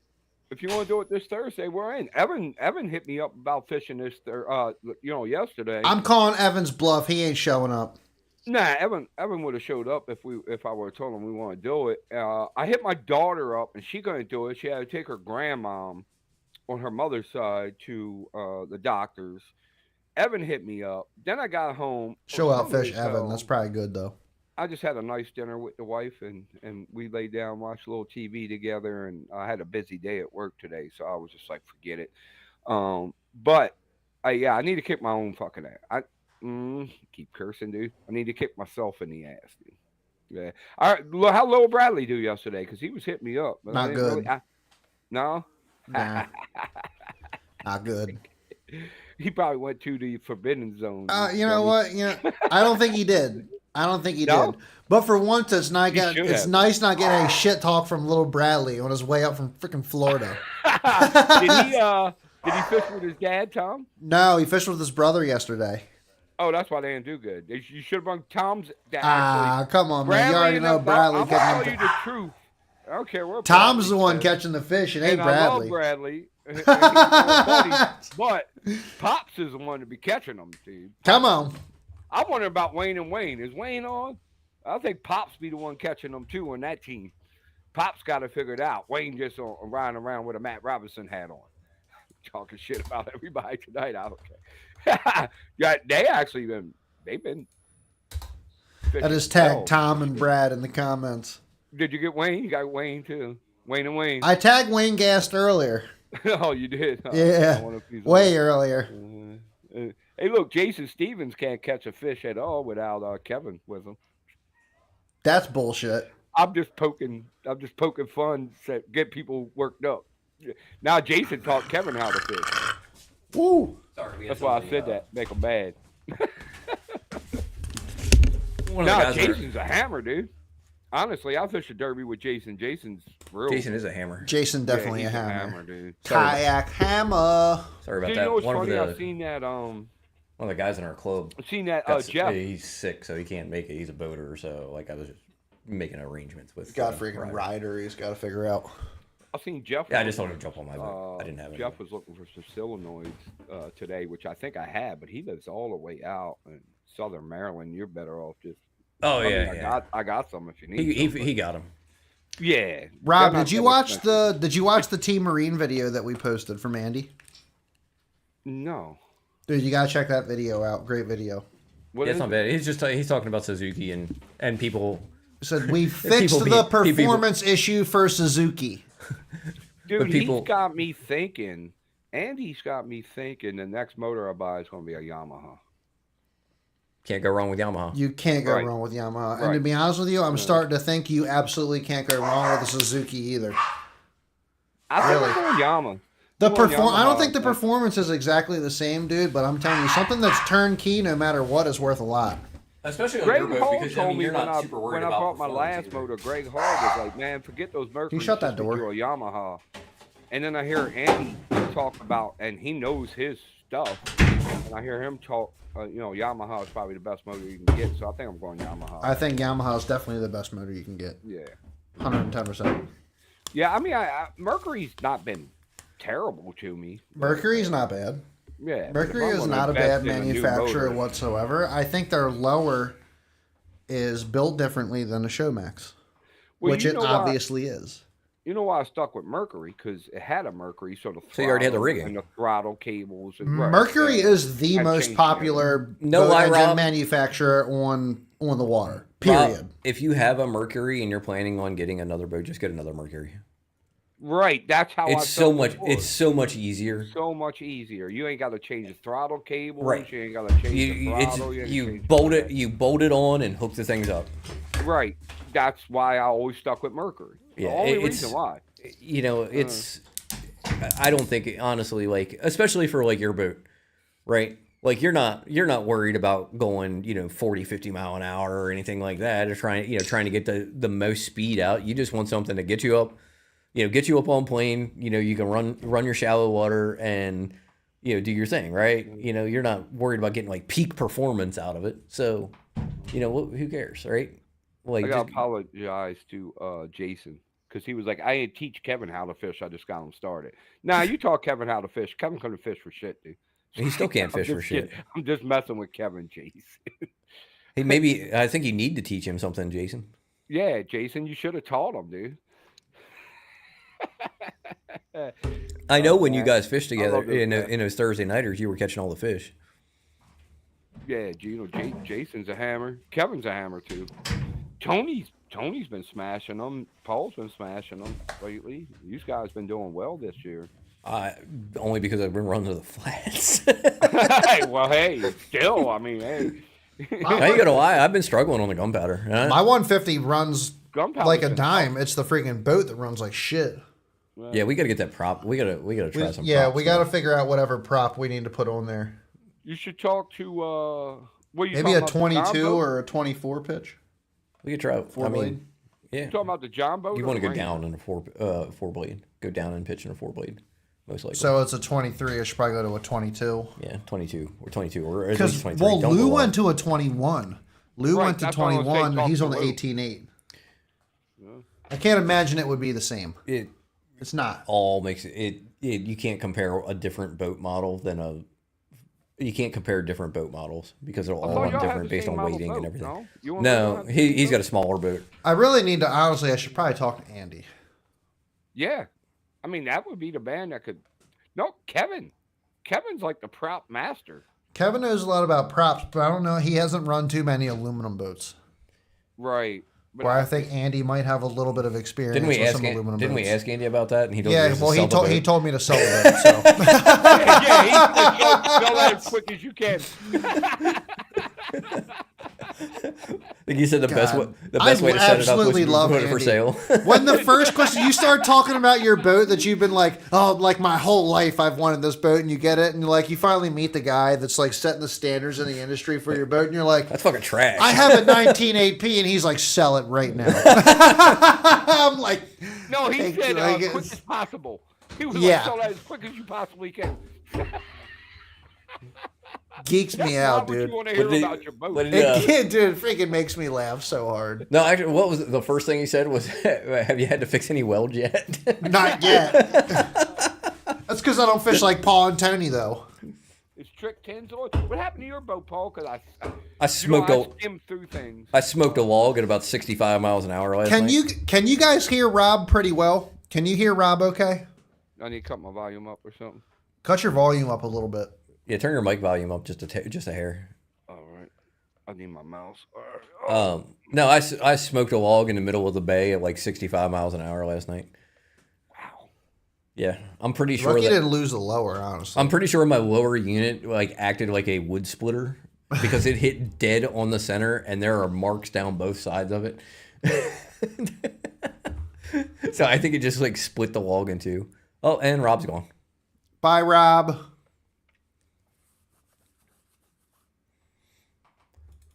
But yeah, it was good times. Where you at, Rob?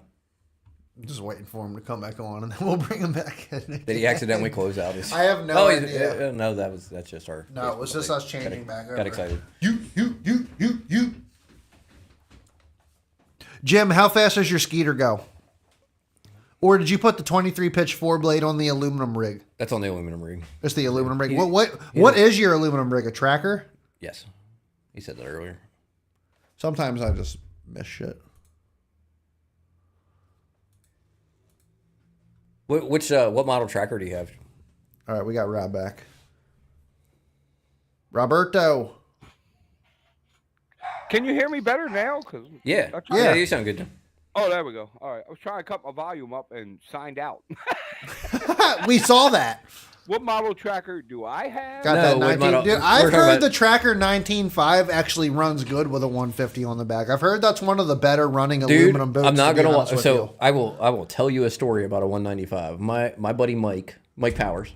Yeah, he had a 195. What was it, the 195 TX or something like that with a 150, and we fished it was the SFT or the Ike tournament together.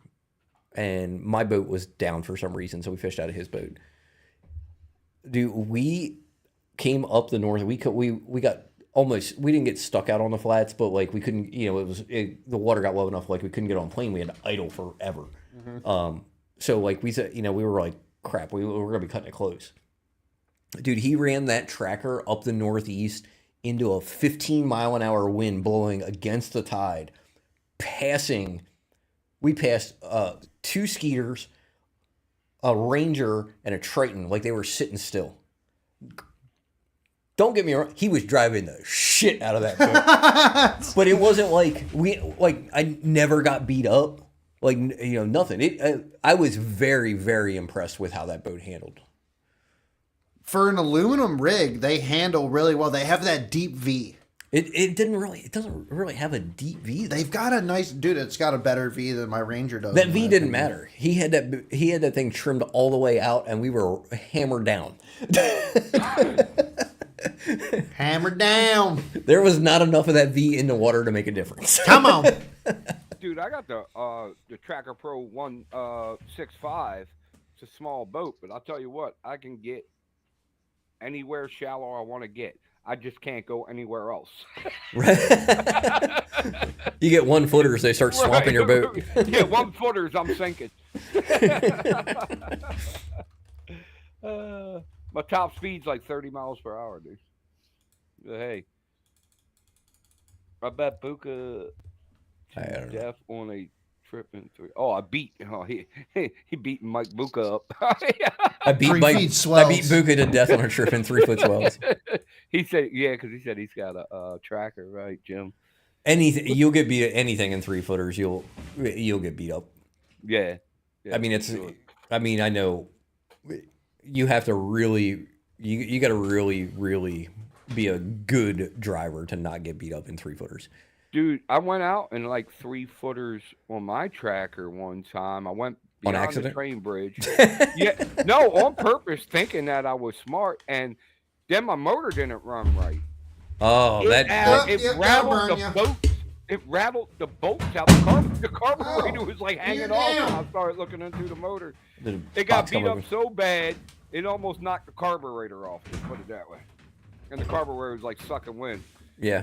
Like, that's how bad it got beat up, and just, you know, but I mean, I'm sure you can run 3-footers in your boat, right, or no? I have, yes. I was running, I mean, there were legit 3 to 4-footers in the Solstice. Yeah. It was not fun. I heard the Solstice was pretty gnarly. It was gnarly. It was really gnarly out there. Yeah. Yeah, it was bad. I mean, that's some of the worst water that I've ran in. Don't you remember Paul Probably came top back 3. And was like, well, that sucked. Yeah. He pulled his boat out the water. He was like, well, that sucked. I specifically remember Paul saying he will not be running down there again for one of the Thursday nighters. And not in wind like that. 1 week later, ran down to the flats again. No, not 1 week later. I went to Dundee. If it was calm. Week. Well, the week after that, you ran. 2 weeks after that. But it was calm. Like, I mean, so I would never take Candace out in something like that because she's not going to enjoy that. Like, she's not a diehard tournament fisherman like me and Rob are, you know. So I'm not going to take Candace out in that. You see my brother's comment? It's a very true story. Well, we was in 3-footers on his tracker, and I had to lay down on the deck.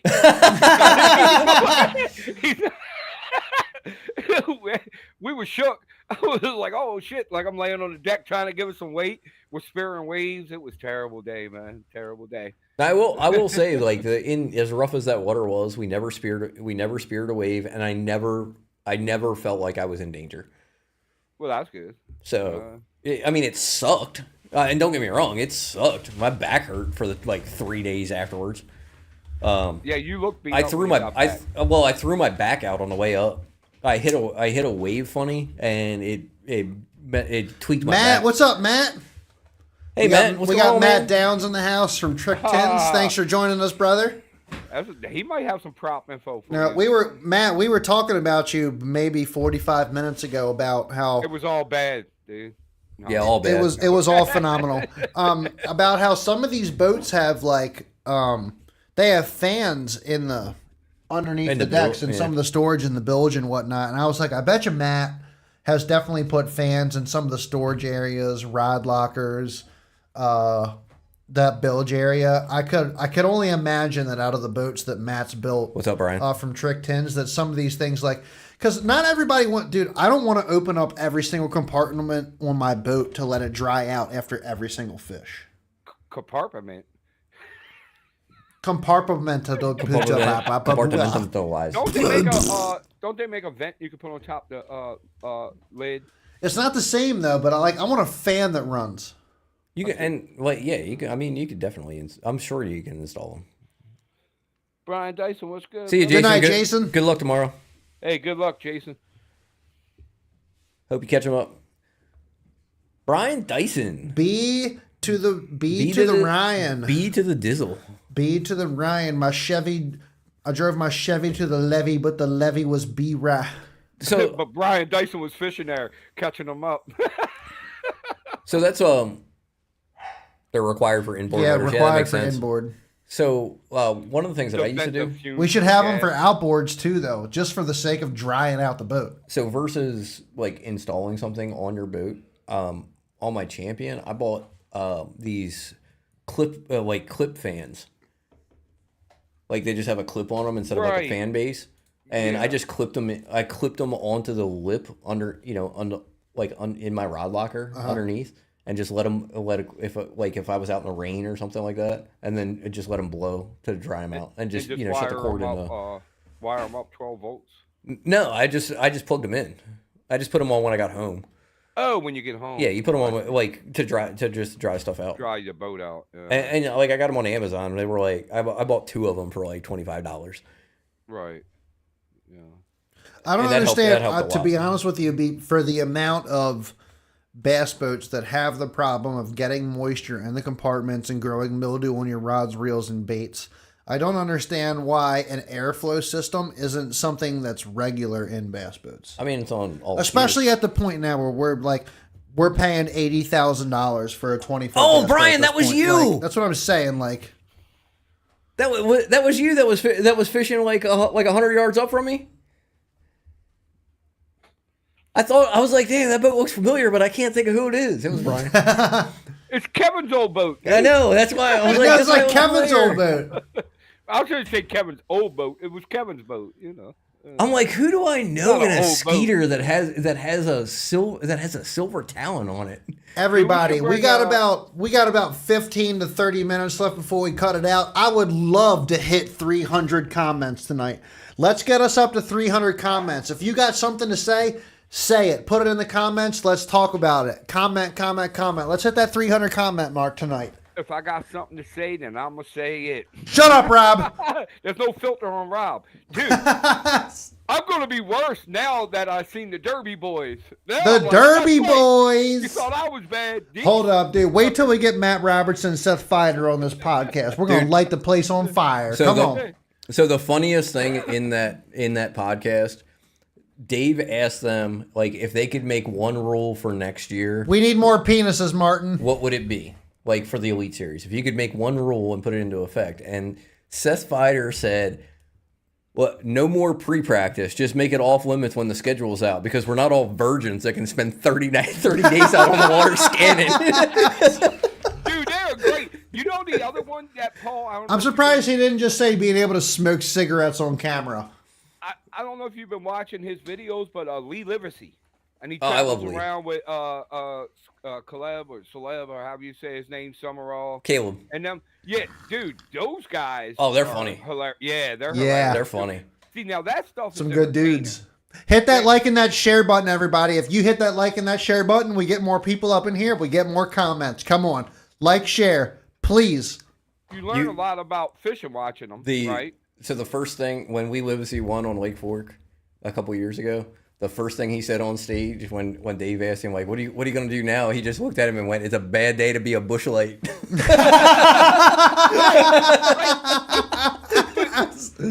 But you know what I'm saying? That's more entertaining. They'll show those guys going out to a restaurant and and stuff, and you still see the fishing as well, and it's just more entertaining to watch sometimes. You know Well, what I yeah, mean? because you're the it's Bunch of so buddies hanging out and stuff. like YouTube's so saturated with fishing videos. Like, well, you can So see Saturated with all six. videos. you can see the fishing, but you don't see that. You don't see a lot of those behind the scenes. Right. No. And that's So- more entertaining. Right. sometimes. But there's a lot of things that happen behind the scenes that are talked about that cannot be broadcasted. Go ahead, And Dan. that's I'm not saying anything. All I'm saying is, like, we've talked to pros. We respect the pros. So before we go live, we're limited to things that we can talk about we because asked them if there's anything they there don't wanna is talk you about don't to be you don't 100. disrespect the pros. You don't put information out there that shouldn't be out to the general public when you talk to professionals. But Well, And that's just the Chad- way it is. Chad, you got to remember most of those conversations we had. But it's different when they're And we doing like, asked their that own question. stuff. Yes. We asked that question, like, is there anything you don't want us to talk about, not bring up? We don't want to, be disrespectful. Most of them say, like, no, let's talk about whatever you want to talk about. It's all out on the table, but we get a lot of the things that we get a lot of juice on the table before we even go live. Yeah, we do. Stuff we can never say. What did I say Shut the your other mouth. night? We need Shut, somebody. shut your mouth, Chad. I mean, dude, it's just a fact. It's just a fact. What It's Some of just the a things fact, we dude. heard- Like, We need there's somebody- stuff that we know about that we just can't even talk about on here. Hell no. We need Y'all somebody to get come me on and killed. talk about They have my address. mama's boys getting phone calls when they don't make the dinner on time. Hey, listen. They have my address. Stop.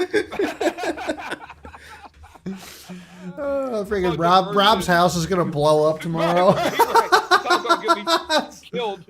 You'll be fine. Nah, I know that. Like, they're all good dudes. Like, my point was being, usually if we ask them, they're like, no, man, I'm not. Like, let's talk about what you guys want to talk about. Like, most of them are like, let's talk about it. Yeah. Now, there's certain things that we were like, nah, we're not gonna talk about that. Man, at this point in Bass and Beer Radio, and I can give a lot of praise to Riverboat Rob here. Riverboat Rob has reached out to a lot of people, really hooked us up with some professionals, which has really built my confidence in what we're doing, honestly, due to Riverboat Rob. And man, we've had some really awesome people come on this show and talk to us, give us great information, inside information, just good tips and what's Made a going lot on of- in different Bradley? areas, and just absolutely love having them on there. And we've just learned so many different things, as well as gotten insider information that And made a some lot of the good outsiders friends. don't get. Oh, Made a lot of good friends. I wish a I lot was of at the O's game. Connections. Look, like Matthew Downs and Matt Herron was on the other day. Like, good people, like really good people. Yeah. And if you're not Thanks Good for people. stopping in. check it out, first of all, I think Matt Herron's doing really good in AOY this year, top 50, I think. Was he in the classic cut? Is he in the top I 45? think he's around 50. We need to hit up Matt and see the next time he's willing to come on the show. Would love to have Matt back on. I literally talked to him yesterday. Dude. Yeah. I'll talk to you later about it. I just wanted to make sure we had the echo problem fixed first. Oh, we're good, Hey, bro. but I got to little Bradley's on, dude. He's at the O's game though. He can't hear. I was about to rag on him. You couldn't catch him yesterday? What happened, Bradley? You should have took your dad with you. Oh, shit. Is he talking shit? No, you're talking shit. That's mean. Hey, Pete, I know, because Bradley's a little shit talker, so I'll talk shit back to him. Hey, look, Paul could answer that, Pete. I don't have no idea. That's funny you mentioned that, Pete, because somebody just texted me that they were fishing the sassafras tomorrow. It's kind of weird. How is fishing the sassafras, I think? Sassafras can be really good. There's some really big fish in the sassafras. I don't fish it a ton. I will probably fish it more now that I can run down there. But you can catch some big fish in the sassafras. I've caught a lot of 5-pounders out of the sass. That's a good place. Shore rivers, like if you want to talk about like the Nanacoke, Chop Tank, I can talk about them all day. I love those places. Yeah. That's what I would say. If you're going to run over to the shore, are you going to is sassafras your first pick, or are you going to go like elk or like banana? I'm definitely not running the Nanacoke. That's like 100 miles. And it's not that great. I've been there. It's like 100 miles to catch 12 pounds. Well, I heard Chop Tank could be good though. Chop Tank can be good. Yeah. There's some big fish in the Chop Tank. You can definitely catch some bags in there. It's better different parts of the different times of the year, but it's a lot different fishing than what we're used to because the current rolls really hard in the chop tank. So when you got an outgoing tide, if you got like a flood tide and then it flips and starts going out. Yeah, the Nana choke. One day I was up by Greensboro and I was doing 6.2 miles an hour on my trolling motor. I fished a Nanacoke before, but because the current was rolling 4 miles an hour. So I was doing 6.2 miles an hour on my trolling motor. So what's like the tide swing? Is it still like what we have, 6 hours, or it's a lot quicker than that? Well, your tide swing as far as time is always the same no matter where you're at because it's based on the moon cycle. Your levels change, and it's how much tide goes out. You get a little more drop on the shore rivers. Okay. So instead of like up here, we get like 1.5 feet. Usually, like that's like our average is like 1.5 feet. Down there, it's like 2.5, 3. Oh wow! Right, yeah, exactly, Brian. You ain't winning shit running to the Nanaco. You run 90 miles, it gets 12 pounds. I know for a fact that Brian Dyson hates the Nanaco. He had to fish like a national championship or a qualifying tournament there, and he was like, "Dude." Yeah, he I was not fishing that one, and I tried to help him out a little bit, and I guess it still didn't work. Brian said you ain't winning shit running to the Nanacoke. Yeah, ain't worth running to. But my question was, if you're going to run over to the shore, what river are you picking? Well, it depends. If you're running to the shore, like from anywhere here, like from like over here, you're kind of limited to like the Sass, Elk, Still Pond. Still Pond, Fairleigh, and there's another creek over there too. But I would say probably the Sass. If I'm going to run somewhere over there, I'm going to the Sass. Sassafras would be. I know you can catch some good fish out of the Elk. I don't know the Elk well enough. I know the Sass a little bit, and I've done well over there in the past. But I'm not as familiar with the Elk. So I don't go there very, very often. So is the sassafras, Paul? Is it like grass, laydowns, a little of both? Like it's all wood. All wood. Yeah. Fishing wood. Yeah, like my kind of river. There's grass over there, but not a whole lot. It's really good. It's really good in the spring and the fall. You can only do so much off the back of somebody else's boat. It helps just not off the back of different, but yeah. I can't give you all the juice down there. I mean, I tried to help you a little bit. Dude, Brian the Carpenter. Did you guys watch Did you watch the Bass After Dark episode? Dude, I love Gay. About George Perry's world record? Gay. Have you watched the episode yet, Paul? No, I haven't. What do you got against Brian? He's a You don't like Brian the Carpenter? Dude, Brian's funny as shit. Brian the Carpenter is a douchebag. One of the nicest people. Douche nozzle. One of the nicest people I've ever met in person. Dude, you know what? Well, he's a keyboard warrior on the internet. So are you. That's true. Bullshit, motherfucker. I will say whatever I fucking want to say right to your face that I'll say on the internet. I ain't scared. So will Brian. Okay, well, bring it on then. Bring it on then. But all I'm saying is I had some words with Brian the Carpenter when freaking all these other shit was when Missile Baits dropped their bullshit with the freaking cover scat that they came out. I said, I made a comment. Brian the Carpenter called me a JDM buying un-American piece of shit. So, like, Brian the Carpenter can suck on my fucking ball sack. And I would love him to call me a JDM buying un-American piece of shit to my motherfucking face, but he won't. So, me and Kevin have. I'll tag his bitch ass right now. No, I don't even care. No, I don't want no beef with Brian the Carpenter. Yeah, well, fuck Brian the Carpenter. I'm trying to burn no bridges. Yeah, fuck Brian the Carpenter. Dude, Brian the Carpenter couldn't drive a nail with a freaking carpenter's hammer. He's a fucking retard. Anyways, Brian's cool. Anyways, Brian's a retard. Freaking story before Chad went off. Yeah, suck these balls, Brian the Carpenter.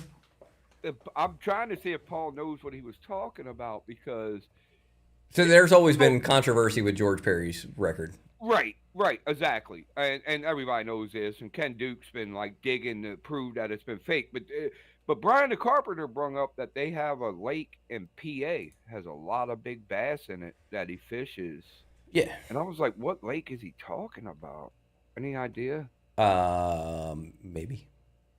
Okay, you text me later, dude. But watch the episode. You'll see what I'm talking about because what they had said on the show that brought that up was I can tell you that there's a lake that is not that far from here that in the springtime takes close to, if not over 30 pounds to win a tournament. Right. Yeah. Yeah. He was kind of talking that same thing, and the reason it came up was because Show me on the doll where BTC hurt you. Right here, Martin. Right here, brother. Yep, right in his little vagina, in his little JDM vagina. Pete said It's sideways. Hey, man. The only reason you guys have a freaking cover scat that's successful is because Deps made it first. So suck on my fucking balls. Listen. So what I was getting at, Paul, was they made the point. No, definitely not Blue Marsh. Blue Marsh is called the Dead Sea.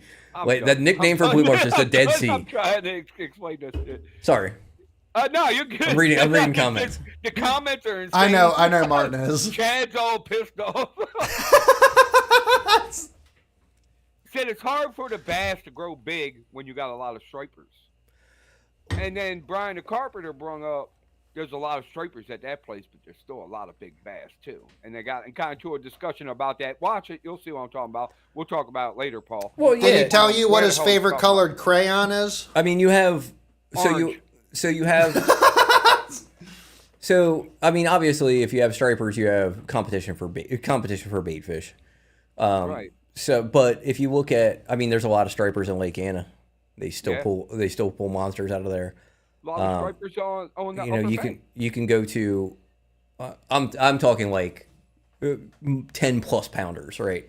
Which you don't get a lot of on the upper bay, but no, that has more to do with there's other things to do with that. But like on Anna, you have the strain of bass we have, the region we live in, the temperatures, right. A lot of things, you know, Anna, ton of stripers, big fish. There's a ton of stripers in Smith Mountain Lake, big fish. There's giant stripers in your Tennessee River lakes. Right. So Jim, have a great bass. night, man. Thanks for joining in. You know, hey, so, Jim, see you later, brother. Hey, so I don't necessarily agree with that because I mean you look at some of these like Tennessee River lakes that have giant populations of stripers and still kick out 13 pounders. So that what you regular. just said was his point. Yeah. That's what Brian the Carpenter was saying. They're like Ken Duke and them. It was like, I don't know. We got lakes that got big bass in it, and we still got stripers in there. It still get big. So a part of the same problem thing with is snakeheads. I mean, you got striper, you got snakehead, bass, you got panfish. Panfish are eating bait fish as well. So snakeheads could have a little more impact because I think the biggest thing with stripers is stripers are more pelagic, and they don't usually haunt the same in a lake system. They don't haunt the same water that a largemouth do. Right. You know, they're offshore chasing schools of bait where your largemouth are kind of set up on structure, and they're not, for the most part, aren't chasing. You know, so in certain situations they definitely will. So Kevin said that they're all stocked with F1s. That's very true. F1s won't survive here. That's right? what they say. That's what they say. That's what Joe Love said. So also, a lot had to do. Dude, you gotta watch the episode. It's so very interesting. A lot had to do with too many podcasts, stocking. man. I can only keep up with so many. I know, right? So what I do, my dumbass. I watch BTL, Dave. In the morning. I watch BTL, Dave Mercer, and Luke Duncan. And I catch the bilge when I can. Okay. Like if it's something that interests me, like if I see something that interests me, I'll watch it. Bass After Dark is really good, dude. So like, I watch Bass After Dark. I watch BTL. I watch Luke Duncan. I watch The Bilge. And I watch Todd Castledine, too. And I watch The Bait Man. I watch a lot of fishing, dude.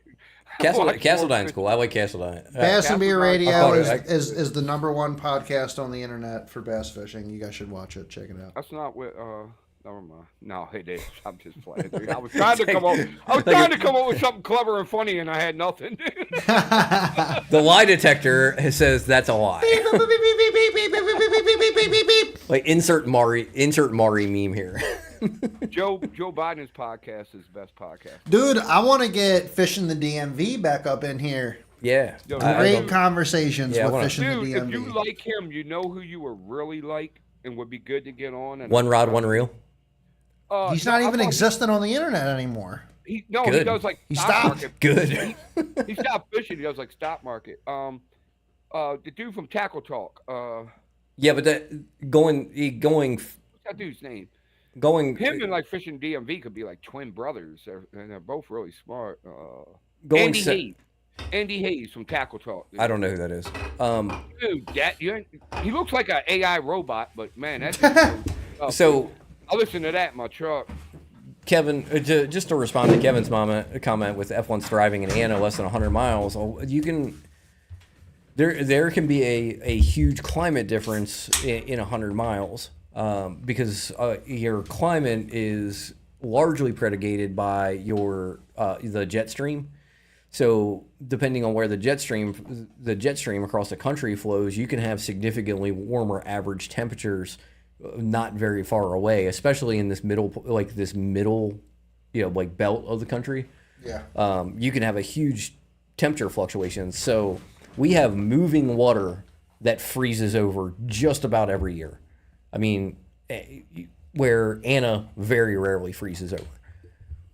So so that right there tells you that there's a big climate difference between here and there. Does the cold side freeze over? No. No. No. No. Oh. No, it was cold as balls down there. The 1 year we were down there, I mean, it was like 19 degrees at night, and there was a tournament launching on the cold side. I mean, it was iced over, and I checked the water temps. The water temps it was like 38 degrees. And what's freezing? 32 or something? Chad? 32. Yeah. 32. Yeah, but not often. Right. So it does, but not often. Freeze, right? Yeah. I mean, 32 degrees. lakes It's still in- not freeze. It's about lakes in Texas have froze over. It doesn't mean that it's a common occurrence, Right. That- No, yeah, I understand. Where up here, our waters freeze just about every year. Yeah. I had broke through ice before on the GP back. Me too. So ours definitely freeze. We know that when I was young, grew up on the river, they used to freeze even better than they do now. I mean, you could play hockey. People would take like stupid rednecks I grew up with, Hot side snobs. drive their car out on the ice and stuff. See? Yeah. So, and I think a lot of it has to do with the Hot side snobs. I haven't fishing in 2 years, man. I think I ain't getting invited back. Yes, you did. You couldn't I make it. know I did. I think I think one of the key things there too is the depth. A depth of Anna, which keeps the water temperature warmer. Where our average depth on the bay and on the Potomac is relatively shallow. So that you don't have easier to that freeze shallow water than it is. Exactly. Yeah. Well, that makes sense. We are That makes past sense. that 2-hour mark now. we are. Anna has And I have a two- tournament tomorrow. I got to get up early. Guys, we Kevin are had past. one more comment if you want to address that before we jump off. I don't know. Remember it. Listen, Rob, you got invited back. Two We rivers said dumping that. into it and a discharge. I know I got invited back. Come on, man. You came and bust your balls. I'm Italian. I'll bust your balls. Don't touch my balls, Rob. Yeah. So me and Got my Kevin hair were done. talking earlier today about not fishing locally as much next year, Really? and as far as like tournaments and stuff, and doing a little more traveling next year. You gonna do like one of the bigger trails? No, just going to fish. Just going to different places to fish. Go spend a week on. I've fished there's so many lakes that I've fished that I absolutely love. Places that I'd like to go back, and then places that I've never fished before that I just want to. Okeechobee, St. Just Seminole. Just a club tournament, Brian. We have a club tournament out of the bush. You can just go down the East Coast and hit all kind of good, legendary places. Oh yeah, like we were talking about Lanier earlier. I'd love to fish Lanier. I'd love to fish. I've never fished. What about Okeechobee? What's that spot? There's that other spotted bass lake What that's down state? there. What state? What's that? Florida. What state is it in? It's in the New York? Carolinas. Seminole. No, that's in Georgia. You're right. I would like to fish Seminole. Seminole's one of those ones, and then some of the stuff in Florida. I'd like to fish. Yeah, the Jordan. I'd love to fish. I'd love to fish Jordan. James. Those western lakes. The Jordan River. That's where Jesus was baptized. Is it? I Yes. don't know. I think it's around that. Yeah. Something like that. What did Jesus born? Jesus was born like Egypt, dude. Something He like wasn't that. born in Egypt. I have no idea. Jesus was born outside of Jerusalem. Jesus was born in a manger out in Jerusalem. Isn't that in like Egypt? No, it's in Israel. Okay. Shit, It's that's the how much I capital. know. It's the capital of Israel. That's how. Modern day Israel. Israel was only been a actually country am for religious. like Jesus 80 is years. not white. There's no way. No, not even. Yeah, I'd like to go. I want to go to Santee. I know DVD was Jesus. I have a place on. So I have a place on Santee that I can stay. Murray is. Martin laughing his ass off at me. Dan Murray's one of my favorite lakes in the country. I absolutely love that lake. There's some places in Texas that I want to fish. I think we're going to go to the Skeeter Owners Tournament next year in Texas. I think me and my buddy Ron are. I told Kevin he should probably come too since he owns a Skeeter. But that's on Lake Fork. I'd love to go back to Lake Fork. That was we had a couple of epic days there, and we only had 2 days to fish, so we didn't really have time to figure a lot out, and we still caught like 23, 24 pounds a day. You drove there, right, Paul? Yeah, You took the boat. we were down there for another How tournament. long were we talking? What kind of drive? It takes like 19 hours to get to Fort. It's not that bad. Yeah, it's not Overnight, terrible. You break it into like a 2 day. Maybe like 21. So we left my house at 9 p.m. And did the overnight drive while we were fresh, and that made it really nice. Like because once you started to get tired like early in the morning, and then the sun came out, and like once the sun came out, you're good to go. Brian, I would really like to have you come on the show to talk about your experience on the Harris chain, if you don't mind. I know I reached out to you guys last year about it, and we didn't really do much want to go to with the Harris it. chain But too. if you would be down to come on the show and talk about your experience at the Harris chain last year, I would really, really love to have you come talk about it. But there's so many other lakes too. I Like already heard about it. I want to go to. I want to fish the Upper Mississippi, like out near Andy Hauser. I'd love because that's all frog fishing, right? Like it's all it's all grass frog fishing, like You gotta love that. really cool stuff. You know where you got to go if you're up that close. You got to go see Andy. Lake St. Clair. I definitely want to go to Lake St. Clair. You've been to St. Lawrence and all that. Yes, I've been to St. Lawrence. I've never been to Cayuga. I want to go to there's a lot of New York lakes I like to go to. I've never been to Cayuga or Oneida. Yeah, I'd love to fish those lakes. I've never fished Champlain. I really want to fish Champlain, especially after those weights that I saw from yesterday. Would you go all the way out to like Clear Lake or something like that? Or that's Hell no. That's what I figured. That's too much. I would if I was going out there. I wouldn't drive there. If I wanted to fish Clear Lake or those California lakes, If I was gonna go out there, I'd fly there and probably- get a guide. I'd fly out there and hit up Oliver. I'd be like, Oliver, I want to get on your boat out here at Clear Lake. Bussy breaks on. Yeah, Bussy breaks on my bucket list. Is Oliver Bussy still break? doing It's in his Louisiana. YouTube channel? Giants. Okay. Is Oliver still doing his YouTube channel? Yeah. Is he? I haven't seen nothing from him So- in a while, but I haven't looked for anything. Put it this way: in the MLF had a tournament there 2 years ago, and Randy Howe caught 2 12-pounders in the tournament. uh, 2 12-pounders in 2 days. yeah, it must be nice, right? Crazy. That's like a Maryland state record. Kevin says he's building a jet boat for smallmouth fishing. Like, see that Nice. that's not early on my bucket Nice. list because I've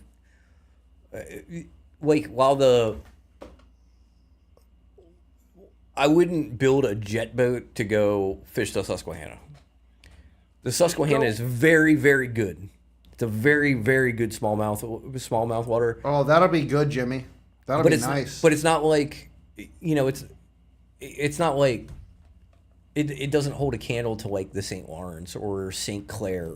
Dude, up there at and Paul, you probably know this, up there at Susquehanna Fishing Tackle when they do the Bass Fest, You always got that company there, Rockproof Boats. Just buy a Rockproof boat. They're like Rockproof jet boats made for like going up the Susquehanna and everything. Do you know how much they cost? No, I don't know. I'm not buying one. Almost as much as my boat. Yeah, they're nice though. They're like $60,000 to $70,000. Damn. Yeah, they're not cheap. They are badass though. Yeah, they are. I'm badass not buying boats. one. I'm not spending that kind of money on a boat. Well, I have Matt Downs build me like one. Jimmy, are you saying? Jimmy, are you fishing? Are you fishing the regional up there? Guys, we need 18 more comments to hit 300 comments. I know. I'm trying to comment everything you can. Let's hit that 300 mark. Come on. Rob don't know where Jesus was born. So for everybody that's watching, what's your bucket list lake? Yep. What's your bucket like list? where do you want to fish? If you could go one place in the country, where would it be? Or in Canada? I'm the first one to answer, and this is going to surprise you because my name is Riverboat Rob, but St. John's River. It's not a lake; it's a river. St. John. Probably the St. Lawrence. St. Lawrence. Just because I want to catch big smallmouth. You can catch a big largemouth there too. Either or, but like, I want to catch a 5-pound smallmouth. You can. I feel like that's obviously like pretty not easily obtainable, but it's obtainable. You can do that. You wouldn't want to fish. You can do it here, but you know you're going to do it at the St. Lawrence. You wouldn't want to fish St. John's, but you did the same thing I did, Chad. You named a river, not a lake, but that's all right. Well, I mean, no, that's fine. I said body of water, wherever what's the one place? You know what? Pete says Okeechobee. Tony talked really highly of Smith Mountain. I would like to go fish Smith Mountain just to go see what Tony's talking about with how he likes to fish Smith Mountain. How far is Smith Mountain? That's not that far. It's pretty far. I mean, yeah, it's a haul out there. Okeechobee. I think it's like 8 hours. Okeechobee there's a couple guys to definitely get in contact down with to go that way. We could probably get in contact with Jim Fallon. Deborah said get in contact with my buddy Mr. Howard down there on Okeechobee. Martin said Smith Mountain sucked for him. Smith Mountain sucked for him. I mean, it's a lake. I mean, like I want to go to a good lake that's good for throwing like big swim baits, like a big clear water lake. You know what I mean? So you gotta go to California, man. You can Jordan, pick any lake like well, Jordan. Jordan's out in California, but like, dude, I feel like there's other stuff around here. Jordan's in North Carolina. Yeah, Chad. But Jordan's not as good now that apparently they killed all the grass down there. So dude, I would go out with freaking Austin Neary. I'll go out with Austin, like down there. Like Austin's got some shit dialed in. Like Pete's got a point. I mean, Mike caught an 11-pounder. Going to Alaska, it's not bass fishing, but going to Alaska, doing some fly fishing or something like that, would be pretty cool too. Yeah, that's cool. Yeah, that would be super cool. I wouldn't say like Kevin. Are you talking about down with Austin? What lake is Austin fishing, Kevin?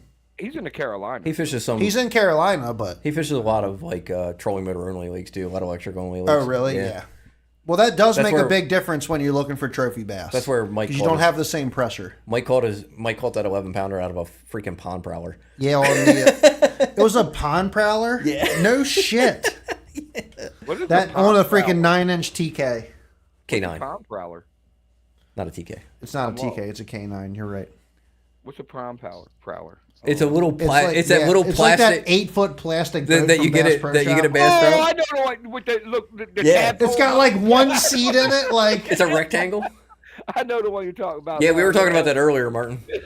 Dude, Martin. Yeah, we saw that 12.32, I believe, is what it was, and it was caught by a guy in Pennsylvania. Oh, Cayuga, yeah. Did that happen yesterday? It's the new New York State record. Yeah, it happened yesterday. I think it was yesterday that it happened. Yep. 12-pounder out of New York. You know, that's crazy. Yeah, as far as like non-bass fishing though, Alaska wouldn't be my. It's a Tupperware boat. It is a Tupperware boat. You're absolutely right. I know what you're talking about. So as far as I wouldn't go to Alaska. My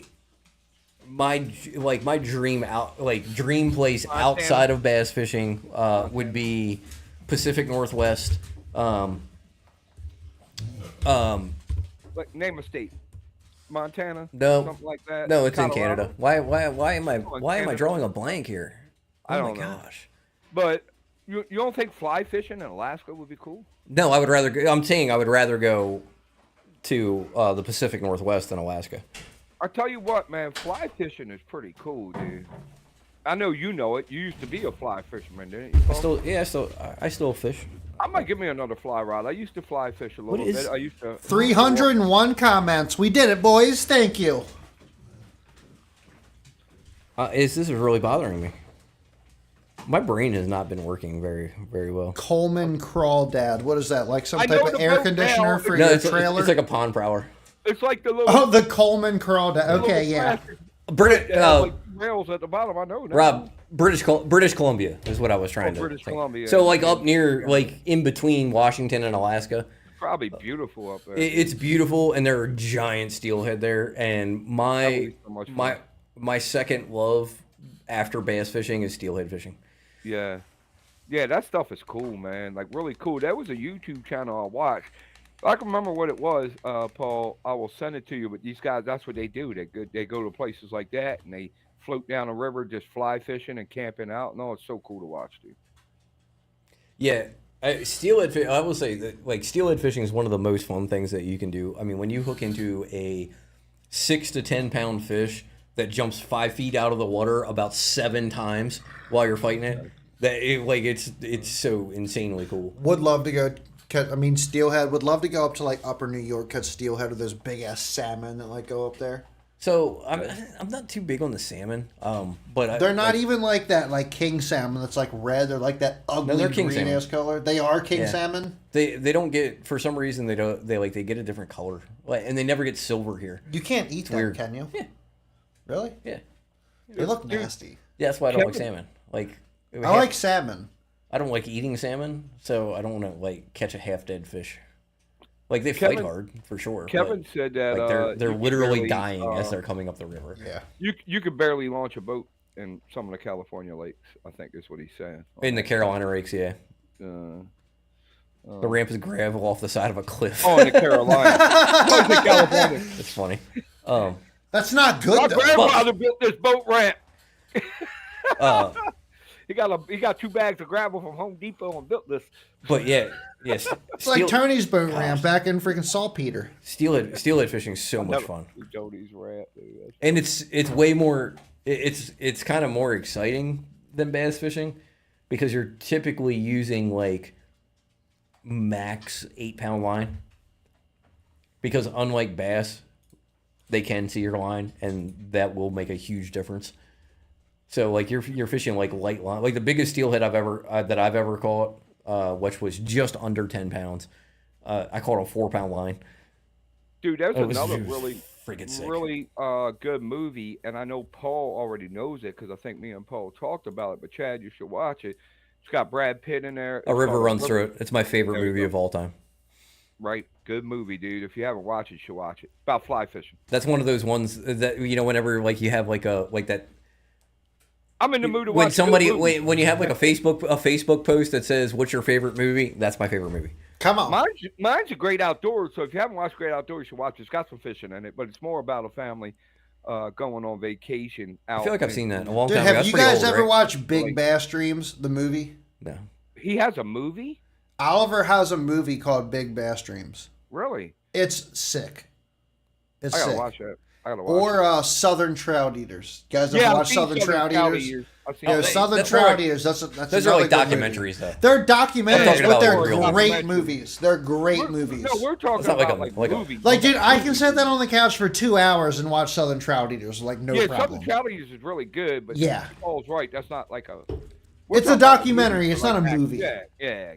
Was Mike Iaconelli in Southern Trout Eaters? No, absolutely not. He was involved, though, wasn't he? Google that. I don't think so. Listen, I'm gonna look it up. But yes, okay. But either way, Southern Trout Eaters is cool as shit. That's what started the big swim bait game. Pretty much, right? It didn't start it. It kind of exposed it to the world. Would you say? Oh, for sure. Yeah. I mean, it exposed it to the East Coast. In my opinion, you're right. There you go. Yeah. In my opinion, between Oliver and some of the other guys like Butch Brown, he was Martin Sanders, a Southern Trout Eater.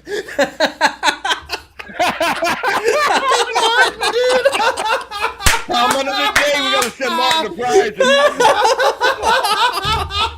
prize.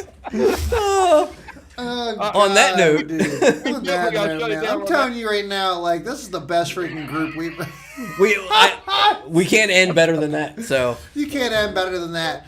We're 2 minutes and 22 seconds. We're 2 hours and 22 minutes and 36 seconds into this thing. We appreciate you guys for joining us tonight, but we are going to be logging out for the evening, and we will be back for an episode of Tuesday Night Shenanigans, or not Tuesday Night Shenanigans, Tackle Talk Tuesdays. It's got to just be like, because we don't hardly talk about tackle on there half the time. We got to come up with. We were talking about. We were talking about. So this Tuesday we will be talking about high-end rods and reels instead of low-end rods and reels. Sometimes when it's just me and Chad, dude, we talk about any damn thing. It don't matter. We be talking about everything. Southern trout eater. No eating metal. Don't eat metal. All right. Appreciate you guys. Thank you guys for joining in tonight. We will catch you guys. Rob, hang out for 1 second. We will catch you guys later on. Thanks for joining in. We'll see you on Tackle Talk Tuesday for a high-end, detailed video of high-end reels and high-end rods from $150 to that $500 mark. Oh, we do. Let's go. Call it before we leave, Kevin. We do call-ins on Tuesdays, so you don't have to come up. Right. Yeah. Everybody calls. We will 4-box this screen and we will bullshit about rods. I am actually trying to figure out how to do random call-ins. Like, I would love to have anybody in our comments that wants to get on here and say something, be able to call in, say what they want to say, and then move out. I think that would be awesome and very fun. And have all our buddies on. Just shoot them the link. Come on. That's what I mean. Well, like shoot them the link, but there's a way to do call-ins. We got to talk to Fish in the DMV because he does something similar. Panger just puts the link in the chat and just lets people join, on the studio. Yep. I know you don't like it, Paul. Well, it's not that you don't like it, but you don't like the person, Travis Manson. But you see what he does. Yeah, but he has call in. Look, him and Eric will be on there. Next thing you know, Brian Carpenter's calling in. Somebody else is calling in. It would have worked better this time, Kevin. Eric, cool as shit though. Yeah, it's like the way they do it. It's cool. It's cool. They get all their buddies together. Like, hey, Kevin, if you're available, jump on. You know what I mean? Or like, Brian, if you're available, jump on. And they all just jump on. And I will tell you, Kevin, that AirPods and Streamlabs does not work. Nope. I don't know why. Really? I'll give you that Yeti before you leave. Oh, cool. All right, y'all. We will catch you guys next week. Rob?